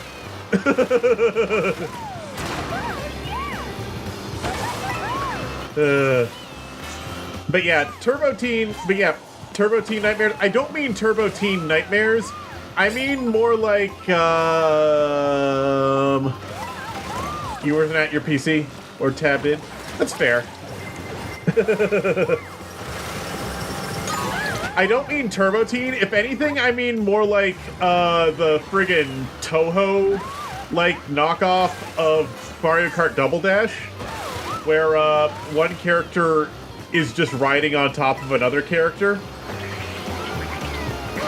Like, what was the game called? I think it was Toho Skydrift or something. I actually streamed it several years ago. I think the VOD is still up on my channel, even.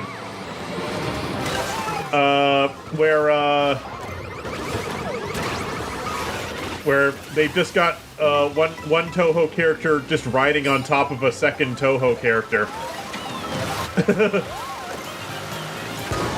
Ow.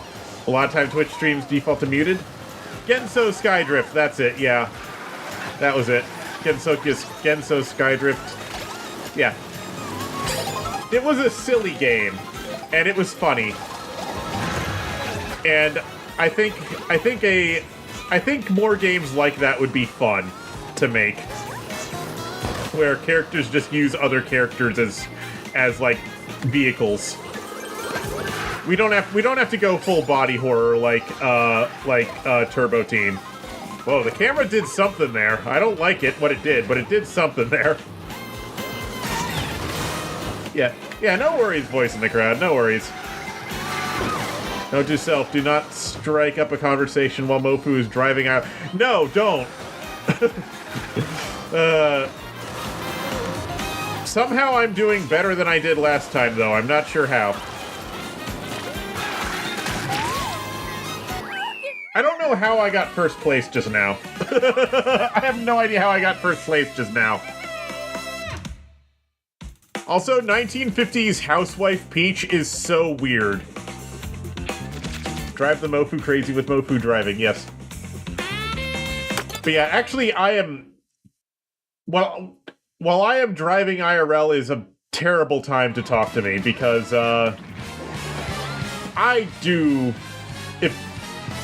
I think it kind of runs in the family, but if I try to drive and think at the same time, bad things happen. That's why Daisy is best girl, yes. I have mostly been playing Daisy. I played Rosalina enough to unlock all of her outfits, but I have mostly been playing as Daisy. But I do also want to unlock Peach's outfits, because I've seen that Peach does have some nice outfits, you know what I mean?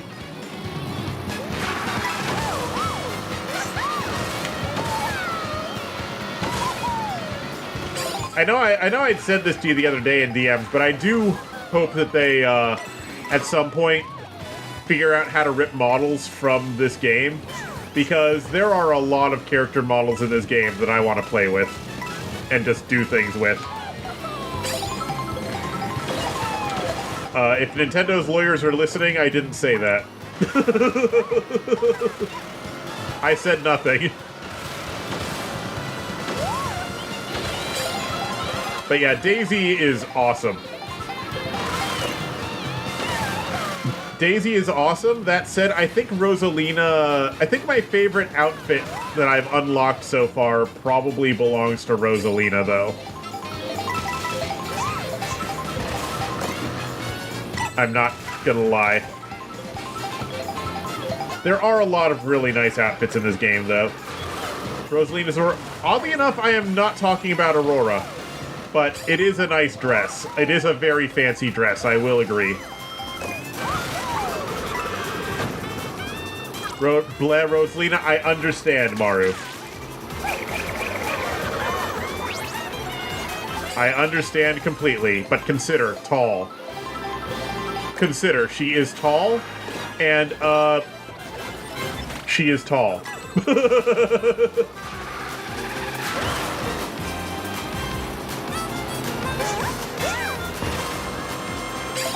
I do know your feelings about her. I also know how many times you've drawn her. Actually, no, I don't know how times you've drawn her. I just know that I've seen you draw her many times. I don't actually know the total number of times you've drawn her. And I feel like it's probably higher than I'm aware of. Maru has extremely mixed feelings about Rosalina. Rosalina very much torments Maru's existence with her existence.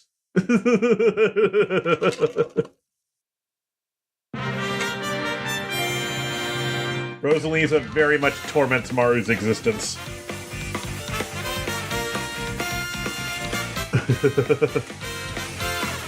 With extremely, like,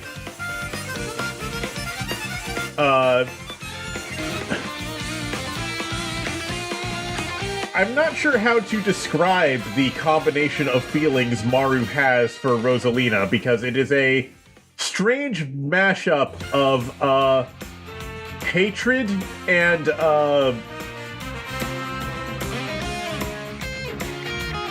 it is a strange mashup of hatred and but he hates her, but he cannot stop drawing her. I'll put it that way.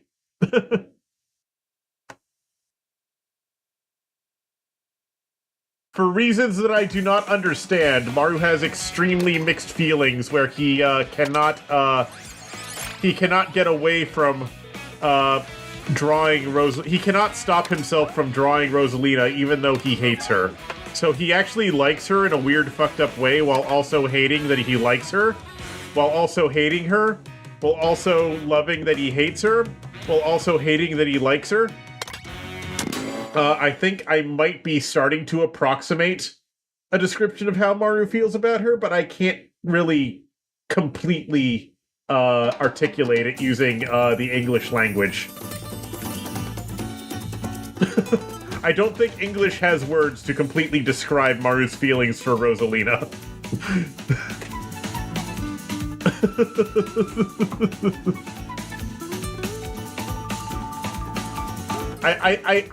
I think I'm close to describing it, but I don't think I can completely accurately describe it. How on track am I, Maru?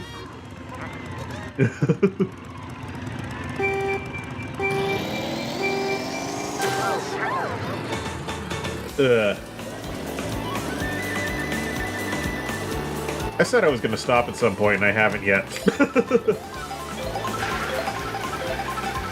I don't care how tall she is, I'm not paying my taxes.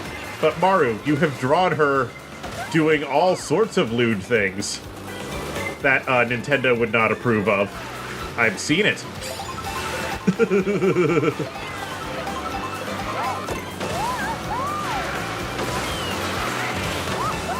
And you do a good job at it, too. You did a really good job at it, too. So clearly there is some positive emotions there. And most likely negative emotions over having those positive emotions. That's only because Bowsette isn't canon and you know it? I see. I see.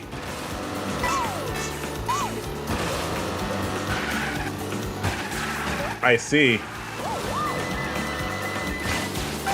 Rosophobic. Maru hates how much he likes Rosalina, is the only way I can really put it. Because he hates Rosalina, but also likes Rosalina.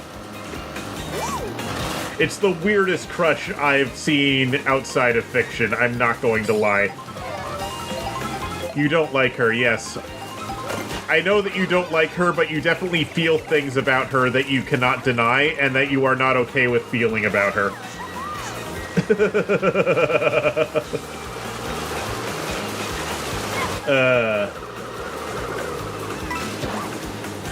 Yes. Tanky has asked the question, Maru.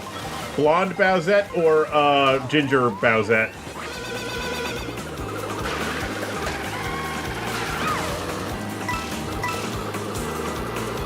I did dog shit that race.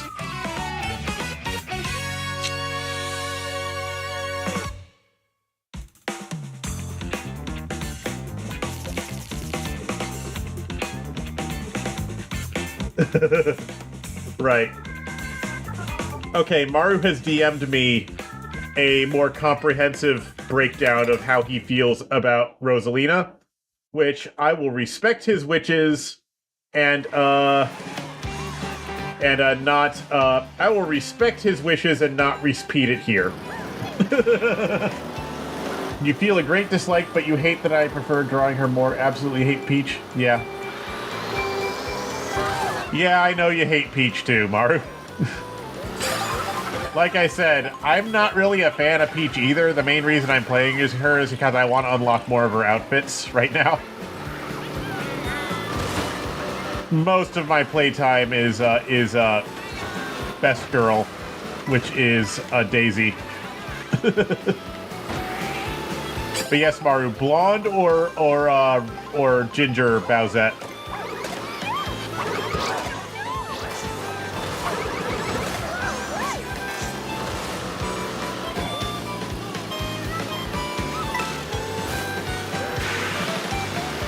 You like all of Bowsette.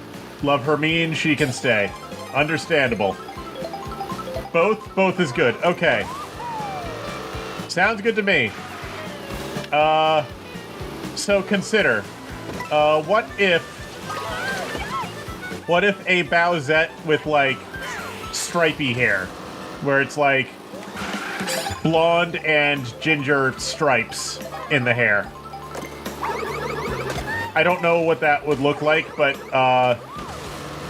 you know I like me some two-tone hair, so I'm going to, recommend it as an option.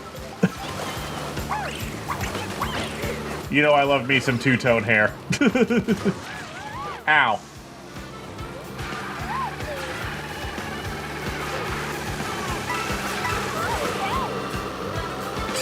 It'd have to be done right? I get you. I understand 100%.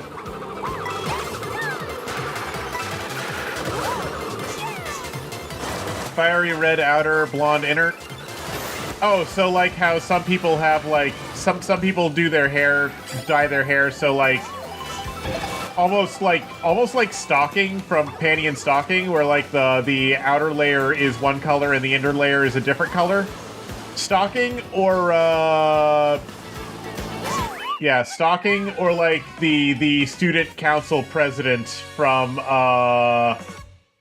same brain cell, yes. The student council president from Camp Fur also did that.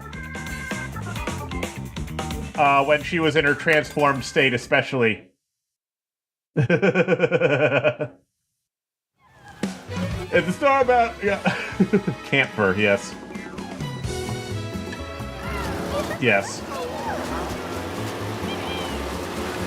It's gotten more common recently? Yes.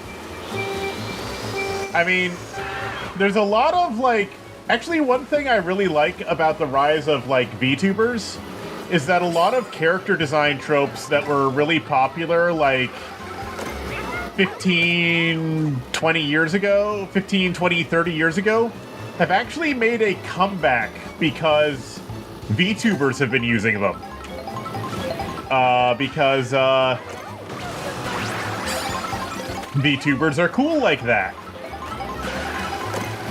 So, like, stuff that was popular in the aughts has, like, the character design traits that were popular in the aughts have made a comeback. Also, not just, like, character design traits, but also, like,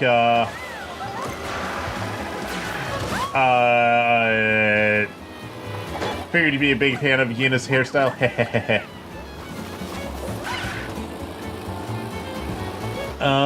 Not just character design, but also just like fashion stuff. Like,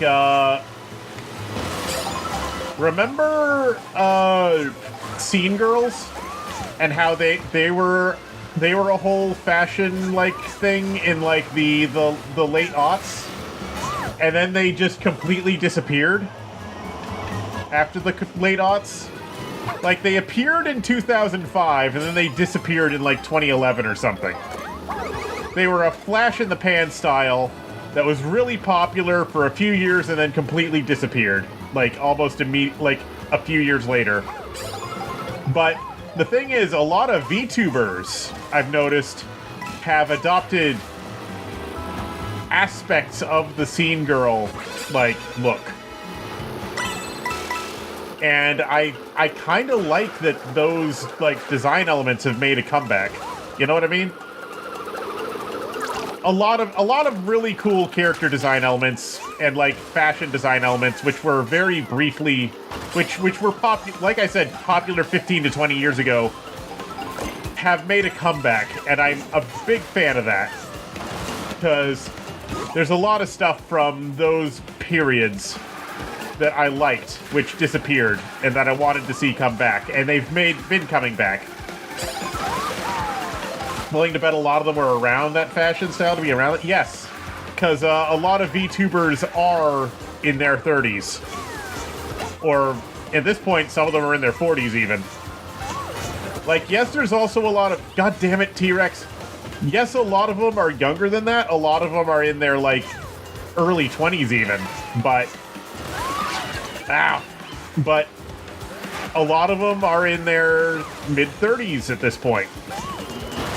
So, yes, they grew up with the Scene Girl thing, because they would have been in high school when Scene Girls were a thing.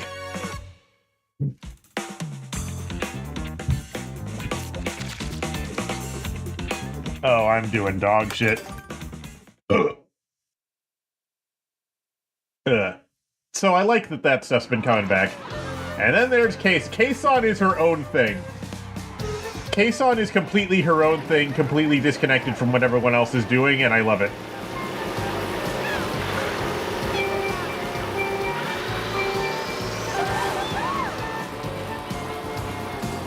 That dragon from Atlanta. I will not elaborate. You know, if you know, you know.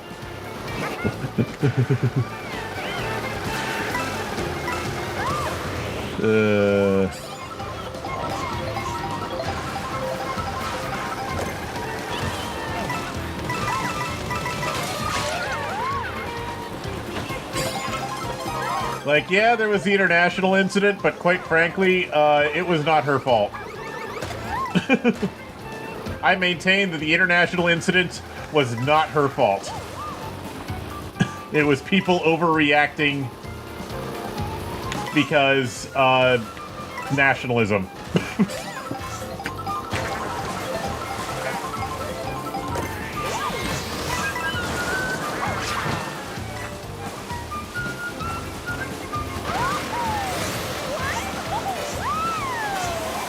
Kason is a good, and she did a lot of good things, and she spread a lot of good things and convinced companies to do a lot of good things, which she is not allowed to take credit for because it was under a different name which she can no longer use.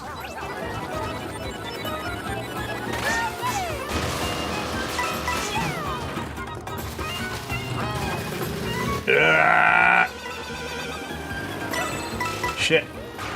I almost would have been better off just, like, falling off the fucking cliff, I feel like. Is that Il Piantissimo?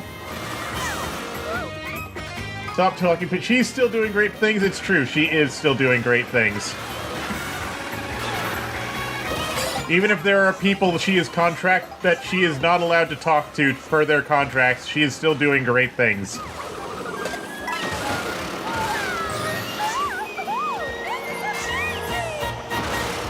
Shit, Birdo. I think that's Birdo. I don't even know who that is. Yeah, it's Birdo.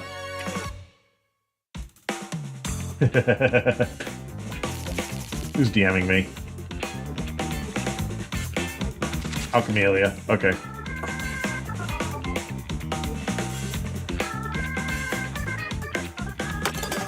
Okay, I'm gonna do that again. I'm gonna try that again, because I was, somethinging. Maybe it's Peach's vibe that's throwing me off. I'm gonna switch back to... Daisy.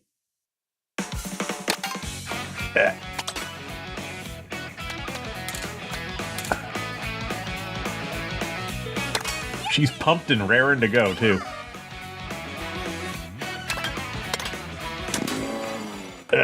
Meanwhile, on the internet...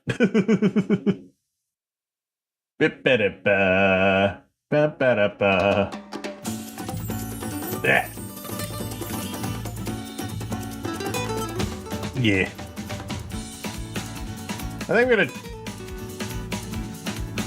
I'm gonna try this again, and then I might do one more cup, and then I'm gonna call it there, I think, because I gotta get ready for some stuff before Space gets home.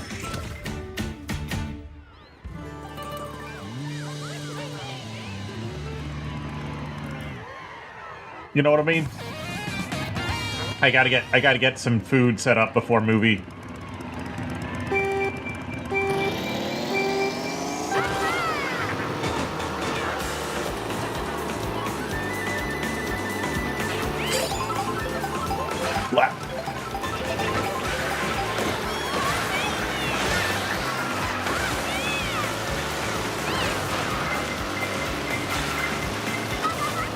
Oh, now the Cataquacks are here. For some reason, they weren't here the first time I was in this stage.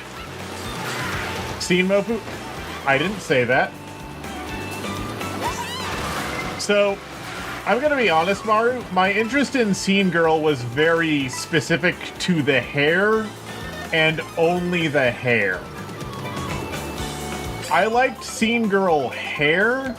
I didn't really like the outfits, but I did like the hair for Scene Girls. I didn't like the outfits very much. The outfits were very, like, not my thing, but the hair was awesome. That doesn't change your question? I mean, I am considering redoing the hair at some point on this avatar, because I was kind of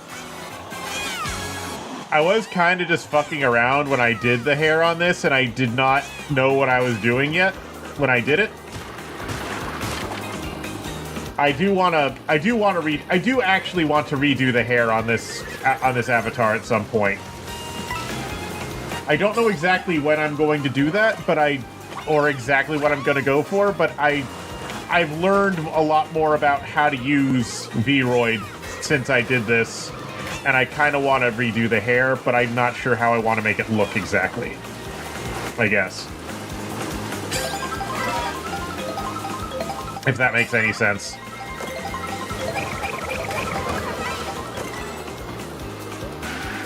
So, something Scene Girl inspired might actually happen. Something very poofy and Scene Girl inspired might happen. Or it might not. I can't tell you for sure. I have to come up with a look that I actually like, and that I am feel like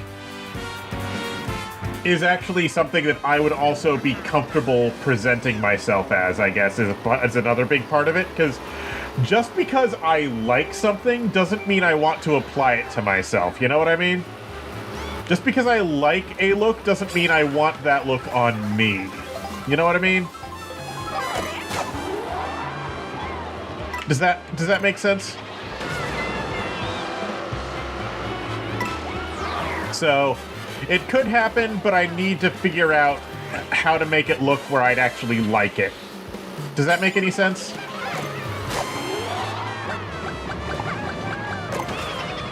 You're the worst question to ask that question to. Fair.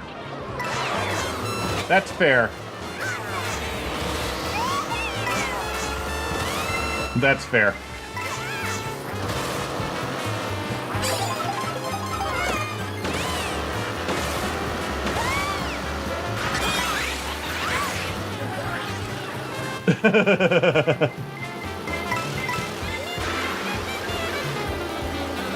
So, I'd have to figure that out. I'm open to suggestions. I am open to suggestions.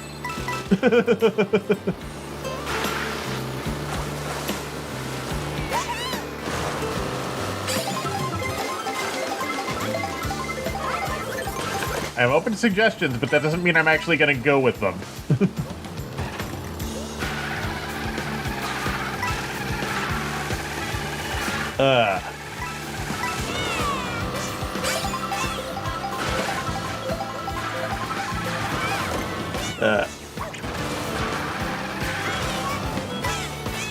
Oh yeah, another thing. You know how I was talking the other day about switching from VC face to VNian? And how Tanky got an earful of this last night, I'm sure, but how I've been talking about trying to switch from VC face to VNian and it's not going swimmingly. It's not exactly going great in terms of my in terms of getting VNian to work the way I want it to, because A, I still need to run VC face anyway in order to do the face tracking, the motion tracking, because VNian's motion tracking fucking sucks. And B, while VNian does have a lot of flexibility, I actually can't figure out how to make it do what I want it to do. Like, theoretically, yes, there is a way to make VNian, to set up VNian so that whenever someone makes a donation or whatever, it makes the ears stretch temporarily or something, but I can't actually figure out how to do that. And it's complicated as fuck to set up anything in VNian, and there doesn't seem to be very good documentation on how to use it. It does not seem to be the best documented program. It has a lot of features, but I can't figure out how to use most of them.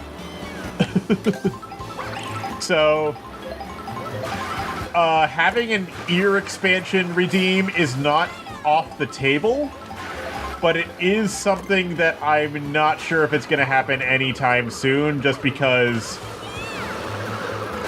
it's friggin' annoying to set up, and I may end up actually having to do a dual computer setup in order to make it work, just because that means ending up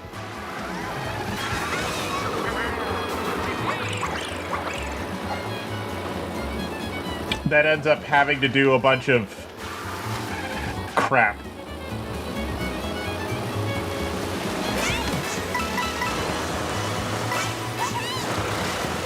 Only Twitch legal because with points it's not money based? It's C.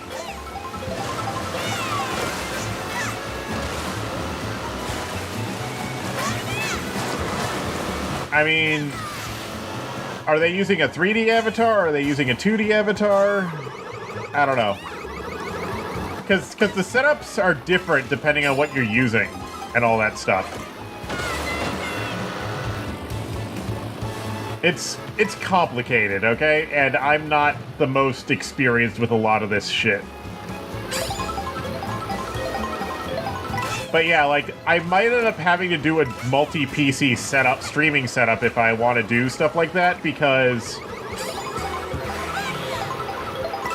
I might end up having to do a multi-PC setup with that, because quite frankly,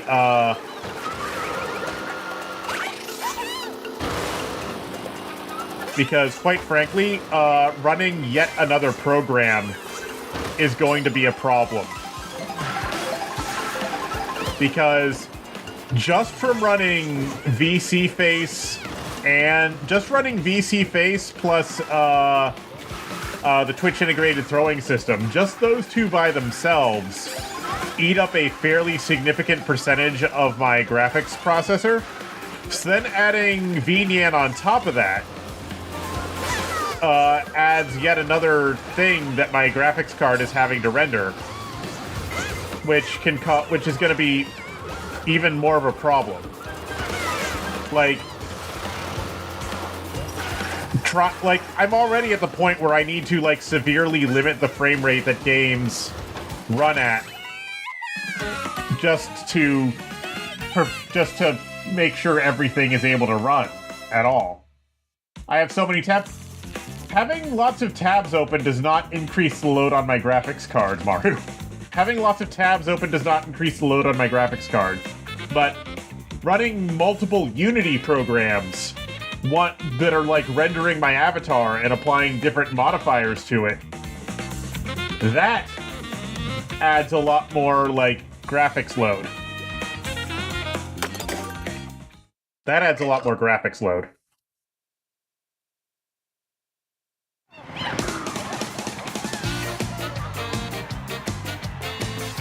So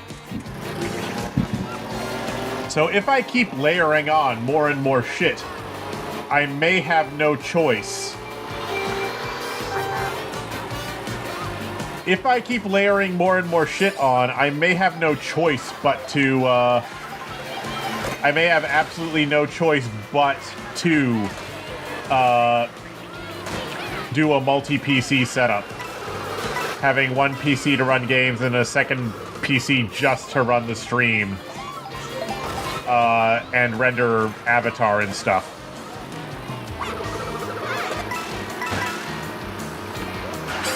Render the avatar and render all the other modifiers to the avatar and all the other stuff. It's a lot, okay? Like, I see why so many streamers have a multi-PC setup, because this shit ends up adding up fast, okay? This shit ends up adding up very fast.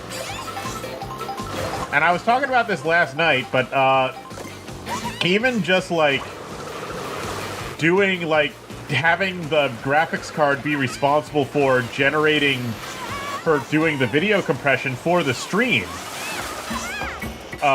is putting a lot of extra load on things. Like, theoretically, since the video encoder is its own dedicated piece of hardware in the graphics card, it should not be affecting things much, but the thing is that the hardware-accelerated video encoder is not as efficient as a CPU one. Shit. Is not as efficient as one that's running on the CPU, so it's like...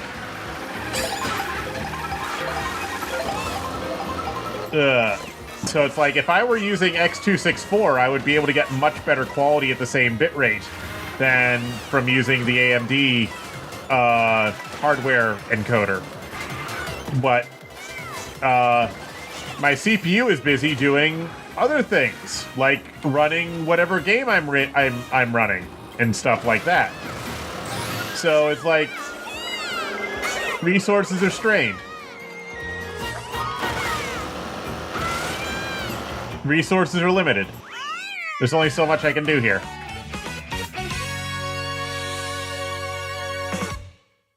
How Fox Redeem? How Fox Redeem sounds like something that Maddie would use. Not. How the fuck did that work out? Okay. That sounds like a Maddie thing, not a Mizux thing. That sounds more like a Maddie thing than a Mizux thing, Tanky.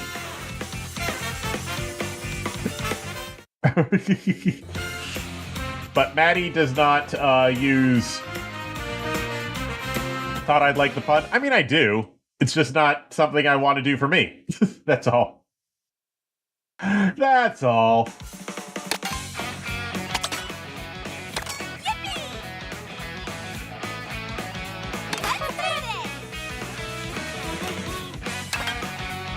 I need to drink my water. Cup. I run 3 out of 4, I guess. Gotta balance the bigger ears with a bigger tail, right? That's what you mean, right, Tanky? A bigger tail? That's what you mean, right? Anyway, I'm gonna BRB for just a moment, and then I think I'll do, like, one more cup, and then I will, and then I'll probably call it. So, one moment, please.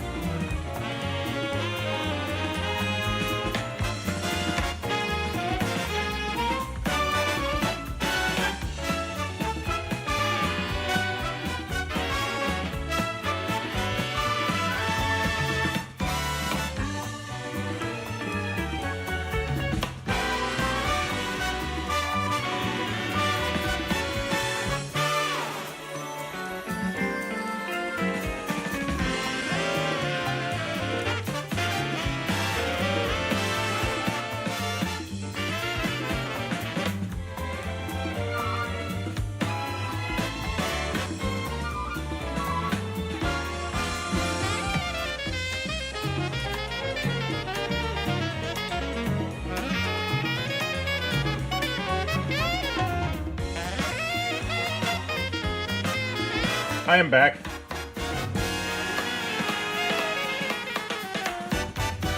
I am back. Yeah, let's do one more. Let's do one more. Let's do one more, and then we'll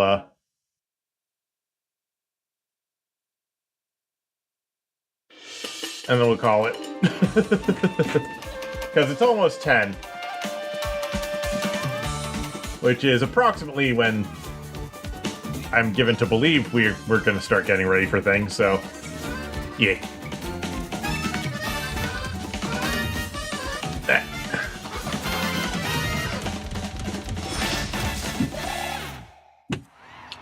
Yeah, what the fuck was I talking about? Bigger ears, yes. Bigger tail, yeah. I mean, I did actually make the tail... Well, okay. When I redid the avatar slightly for my, when I redid my avatar slightly when I hit affiliate, I didn't actually make the tail bigger, but I did make it more, like, prominent. I repositioned it a little bit to make it easier to see. I didn't actually make it bigger, but the main changes were, like, outfit adjustments and the bigger ears.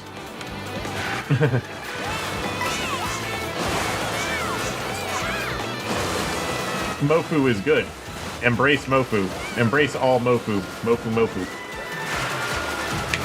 Ah. Ugh.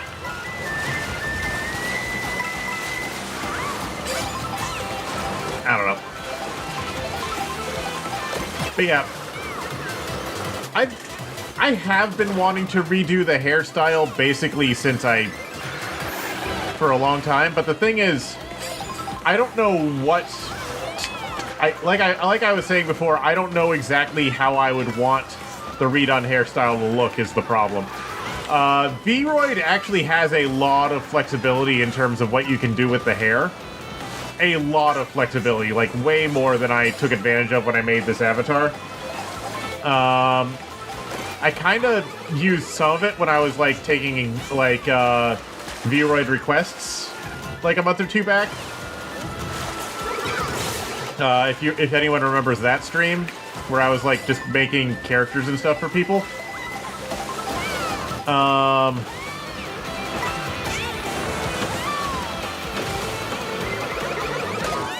Ow. So there is a lot of stuff you can do. Like, holy shit, there's a lot of stuff you can do, but I would need to figure out what look I want to go for before I do it. Before I go through with a new hair design. As for the ear thing, actually, there might actually be another way to do the ear expansion thing. I would have to import the model into, like, Unity or, like, no, not Unity. I would have to actually, I think I'd have to import the model into Blender in order to make more, like, changes to it in order to do this, but what I would basically have to do, I think, is I'd have to actually create a dedicated shape key for, the bigger ears thing. And then if I did that, I could set that as an expression, as a facial expression in VC Face. I could set that shape key as a facial expression in VC Face, and then I could assign a trigger to that, I think. I'm not sure how I would link the trigger over, though, because I don't think VC Face's face can accept triggers from other programs. So I'd probably just have to make it like a key press or something. But there is a way to do it with what I have right now that would not involve me having to get me having to use VNyan. But it's a whole thing. It's a whole thing. Now, that said, there are still some other advantages to using VNyan.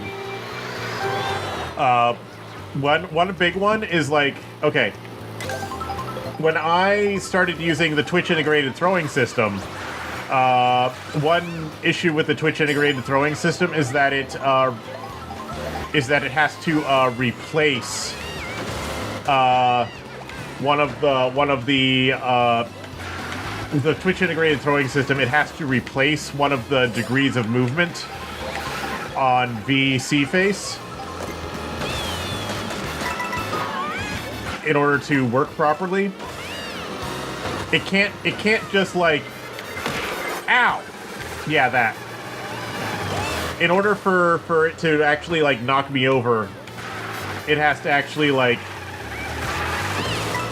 it has to replace one of the points of articulation. It has to take complete control over one of the points of articulation in VC face, which results in some weirdness in the movement and tracking, because now VC face can't use that point of articulation anymore. So if you ever see my avatar like leaning backwards in a really fucked up way, that's why. That's why. Okay, that was weird. If you ever see my avatar leaning backwards in a really fucked up way, that's why.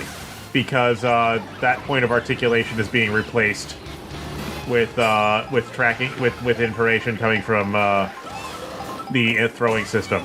Now, what VNyan allows you to do, is it allows you to actually blend two sources of tracking rather than having one simply replace the other. It would allow VC face to completely control it and then add the results from the throwing system rather than replacing it with the one from the throwing system. But once again, like I said, the problem with using VNyan is I would still need to run VC face, so it ends up being another program that is rendering stuff. So all that like stuff adds up. How did he dodge all that? Holy shit. And then I hit myself. Ow.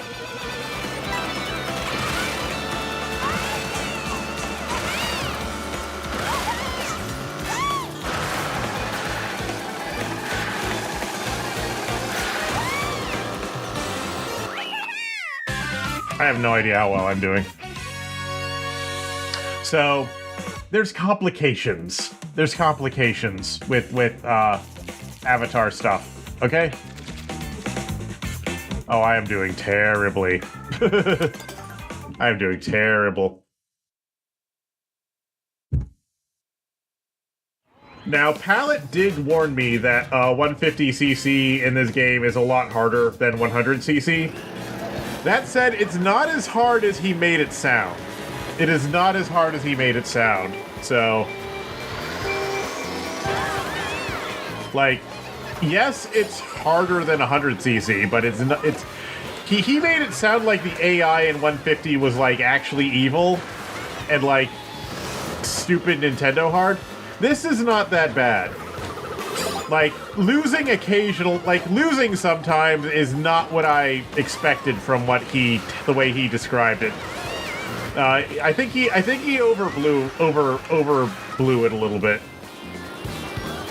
I could be wrong, but it sounds like he like overhyped how hard the AI was in 150cc mode in this game. I say that while I am losing, but quite frankly, the way he described it, it sounded like he was saying it was completely unfair, which I have not experienced yet. I'm just losing because I'm bad, not because the AI is cheating, is what I feel like. Is how I'm feeling thus far. Could be wrong. I don't know.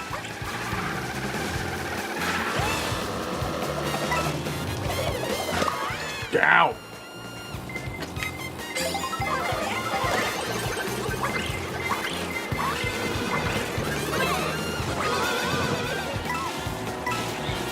Okay. Interesting. One thing I actually like about this game, though, is that there's a cooldown on getting... There's a cooldown... You have invincibility frames after you get hit by things, which prevents you from getting... And the cooldown... The invincibility frames, the cooldown on getting hurt, It's actually quite a bit more generous than any previous Mario Kart has been. Like, significantly more generous than any previous Mario Kart has been. So, you actually do not get Mario Karted anywhere near as often in this game as you do in other games. In previous Mario Kart games. Like, in pretty much every previous Mario Kart game, you would get Mario Karted super hard, like, all the time.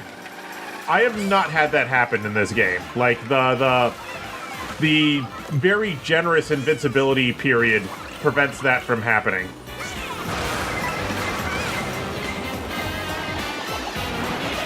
The very generous invincibility period prevents that from happening. Ah! Now, there is that problem. There is still that, where, in this stage specifically, I am trying to drive straight and the game says no. In that part specifically. So, you know, that's a problem.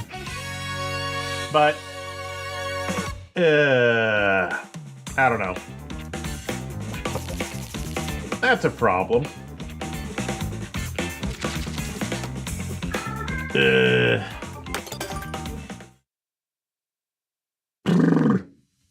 But, in terms of, like, the AI being stupid, or the AI being evil, when getting Mario Karted, this is actually one of the more fair Mario Karts I've played. Believe it or not, this is one of the more fair Mario Karts, in my opinion.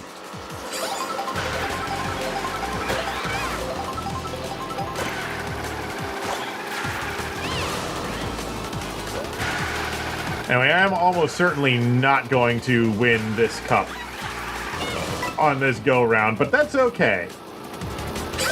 That's okay. But either way, I am going to cut the stream after this, because I have shit to get ready for this evening.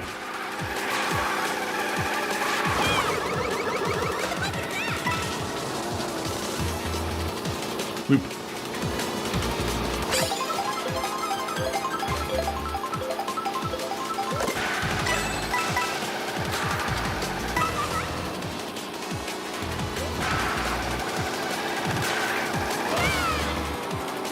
You know, being less talkative this stream than I often am is actually kind of nice, because I'm actually hearing a lot more of the music than I usually do.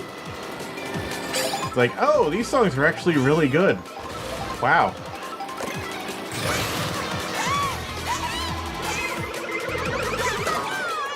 Shit. I mean, you do still get Mario Karted sometimes, but it seems to be more fair than previous Mario Karts, in my opinion, regarding that.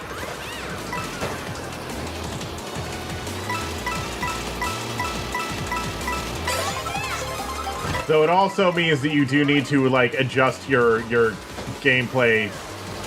Like, you need to adjust how you play a little bit based on how this game handles things. So, like, the cooldown on taking damage and so on does mean you need to do some things differently.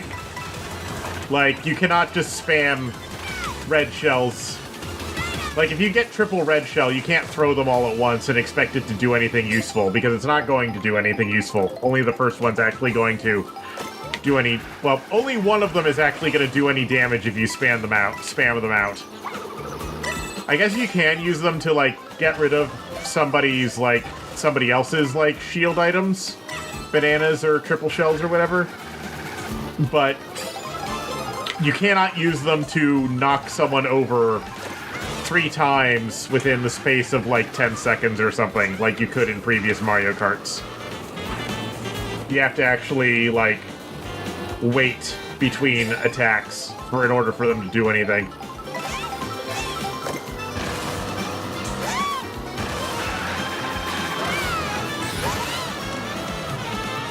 And I kind of like that, honestly. I kind of like that.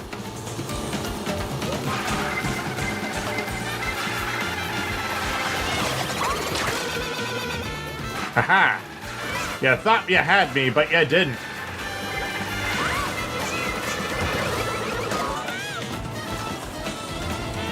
You thought you had me, but you didn't. Ha ha ha. Alright, let's see what the final placement looks like. Terrible. Yep, that's about what I expected. I will work more on that another time. Anyway, it is 10 o'clock, so I need to... It is after 10 o'clock, so I need to get ready for movie night. So, I am going to be heading off. Thank you for coming. Sorry this was a short stream, but shit happens. I'm not gonna raid tonight because I don't want to raid and dash. I don't want to do a raid and dash, so I'm just gonna end stream. Thank you for coming, everybody. Have a wonderful night. You all have a great night.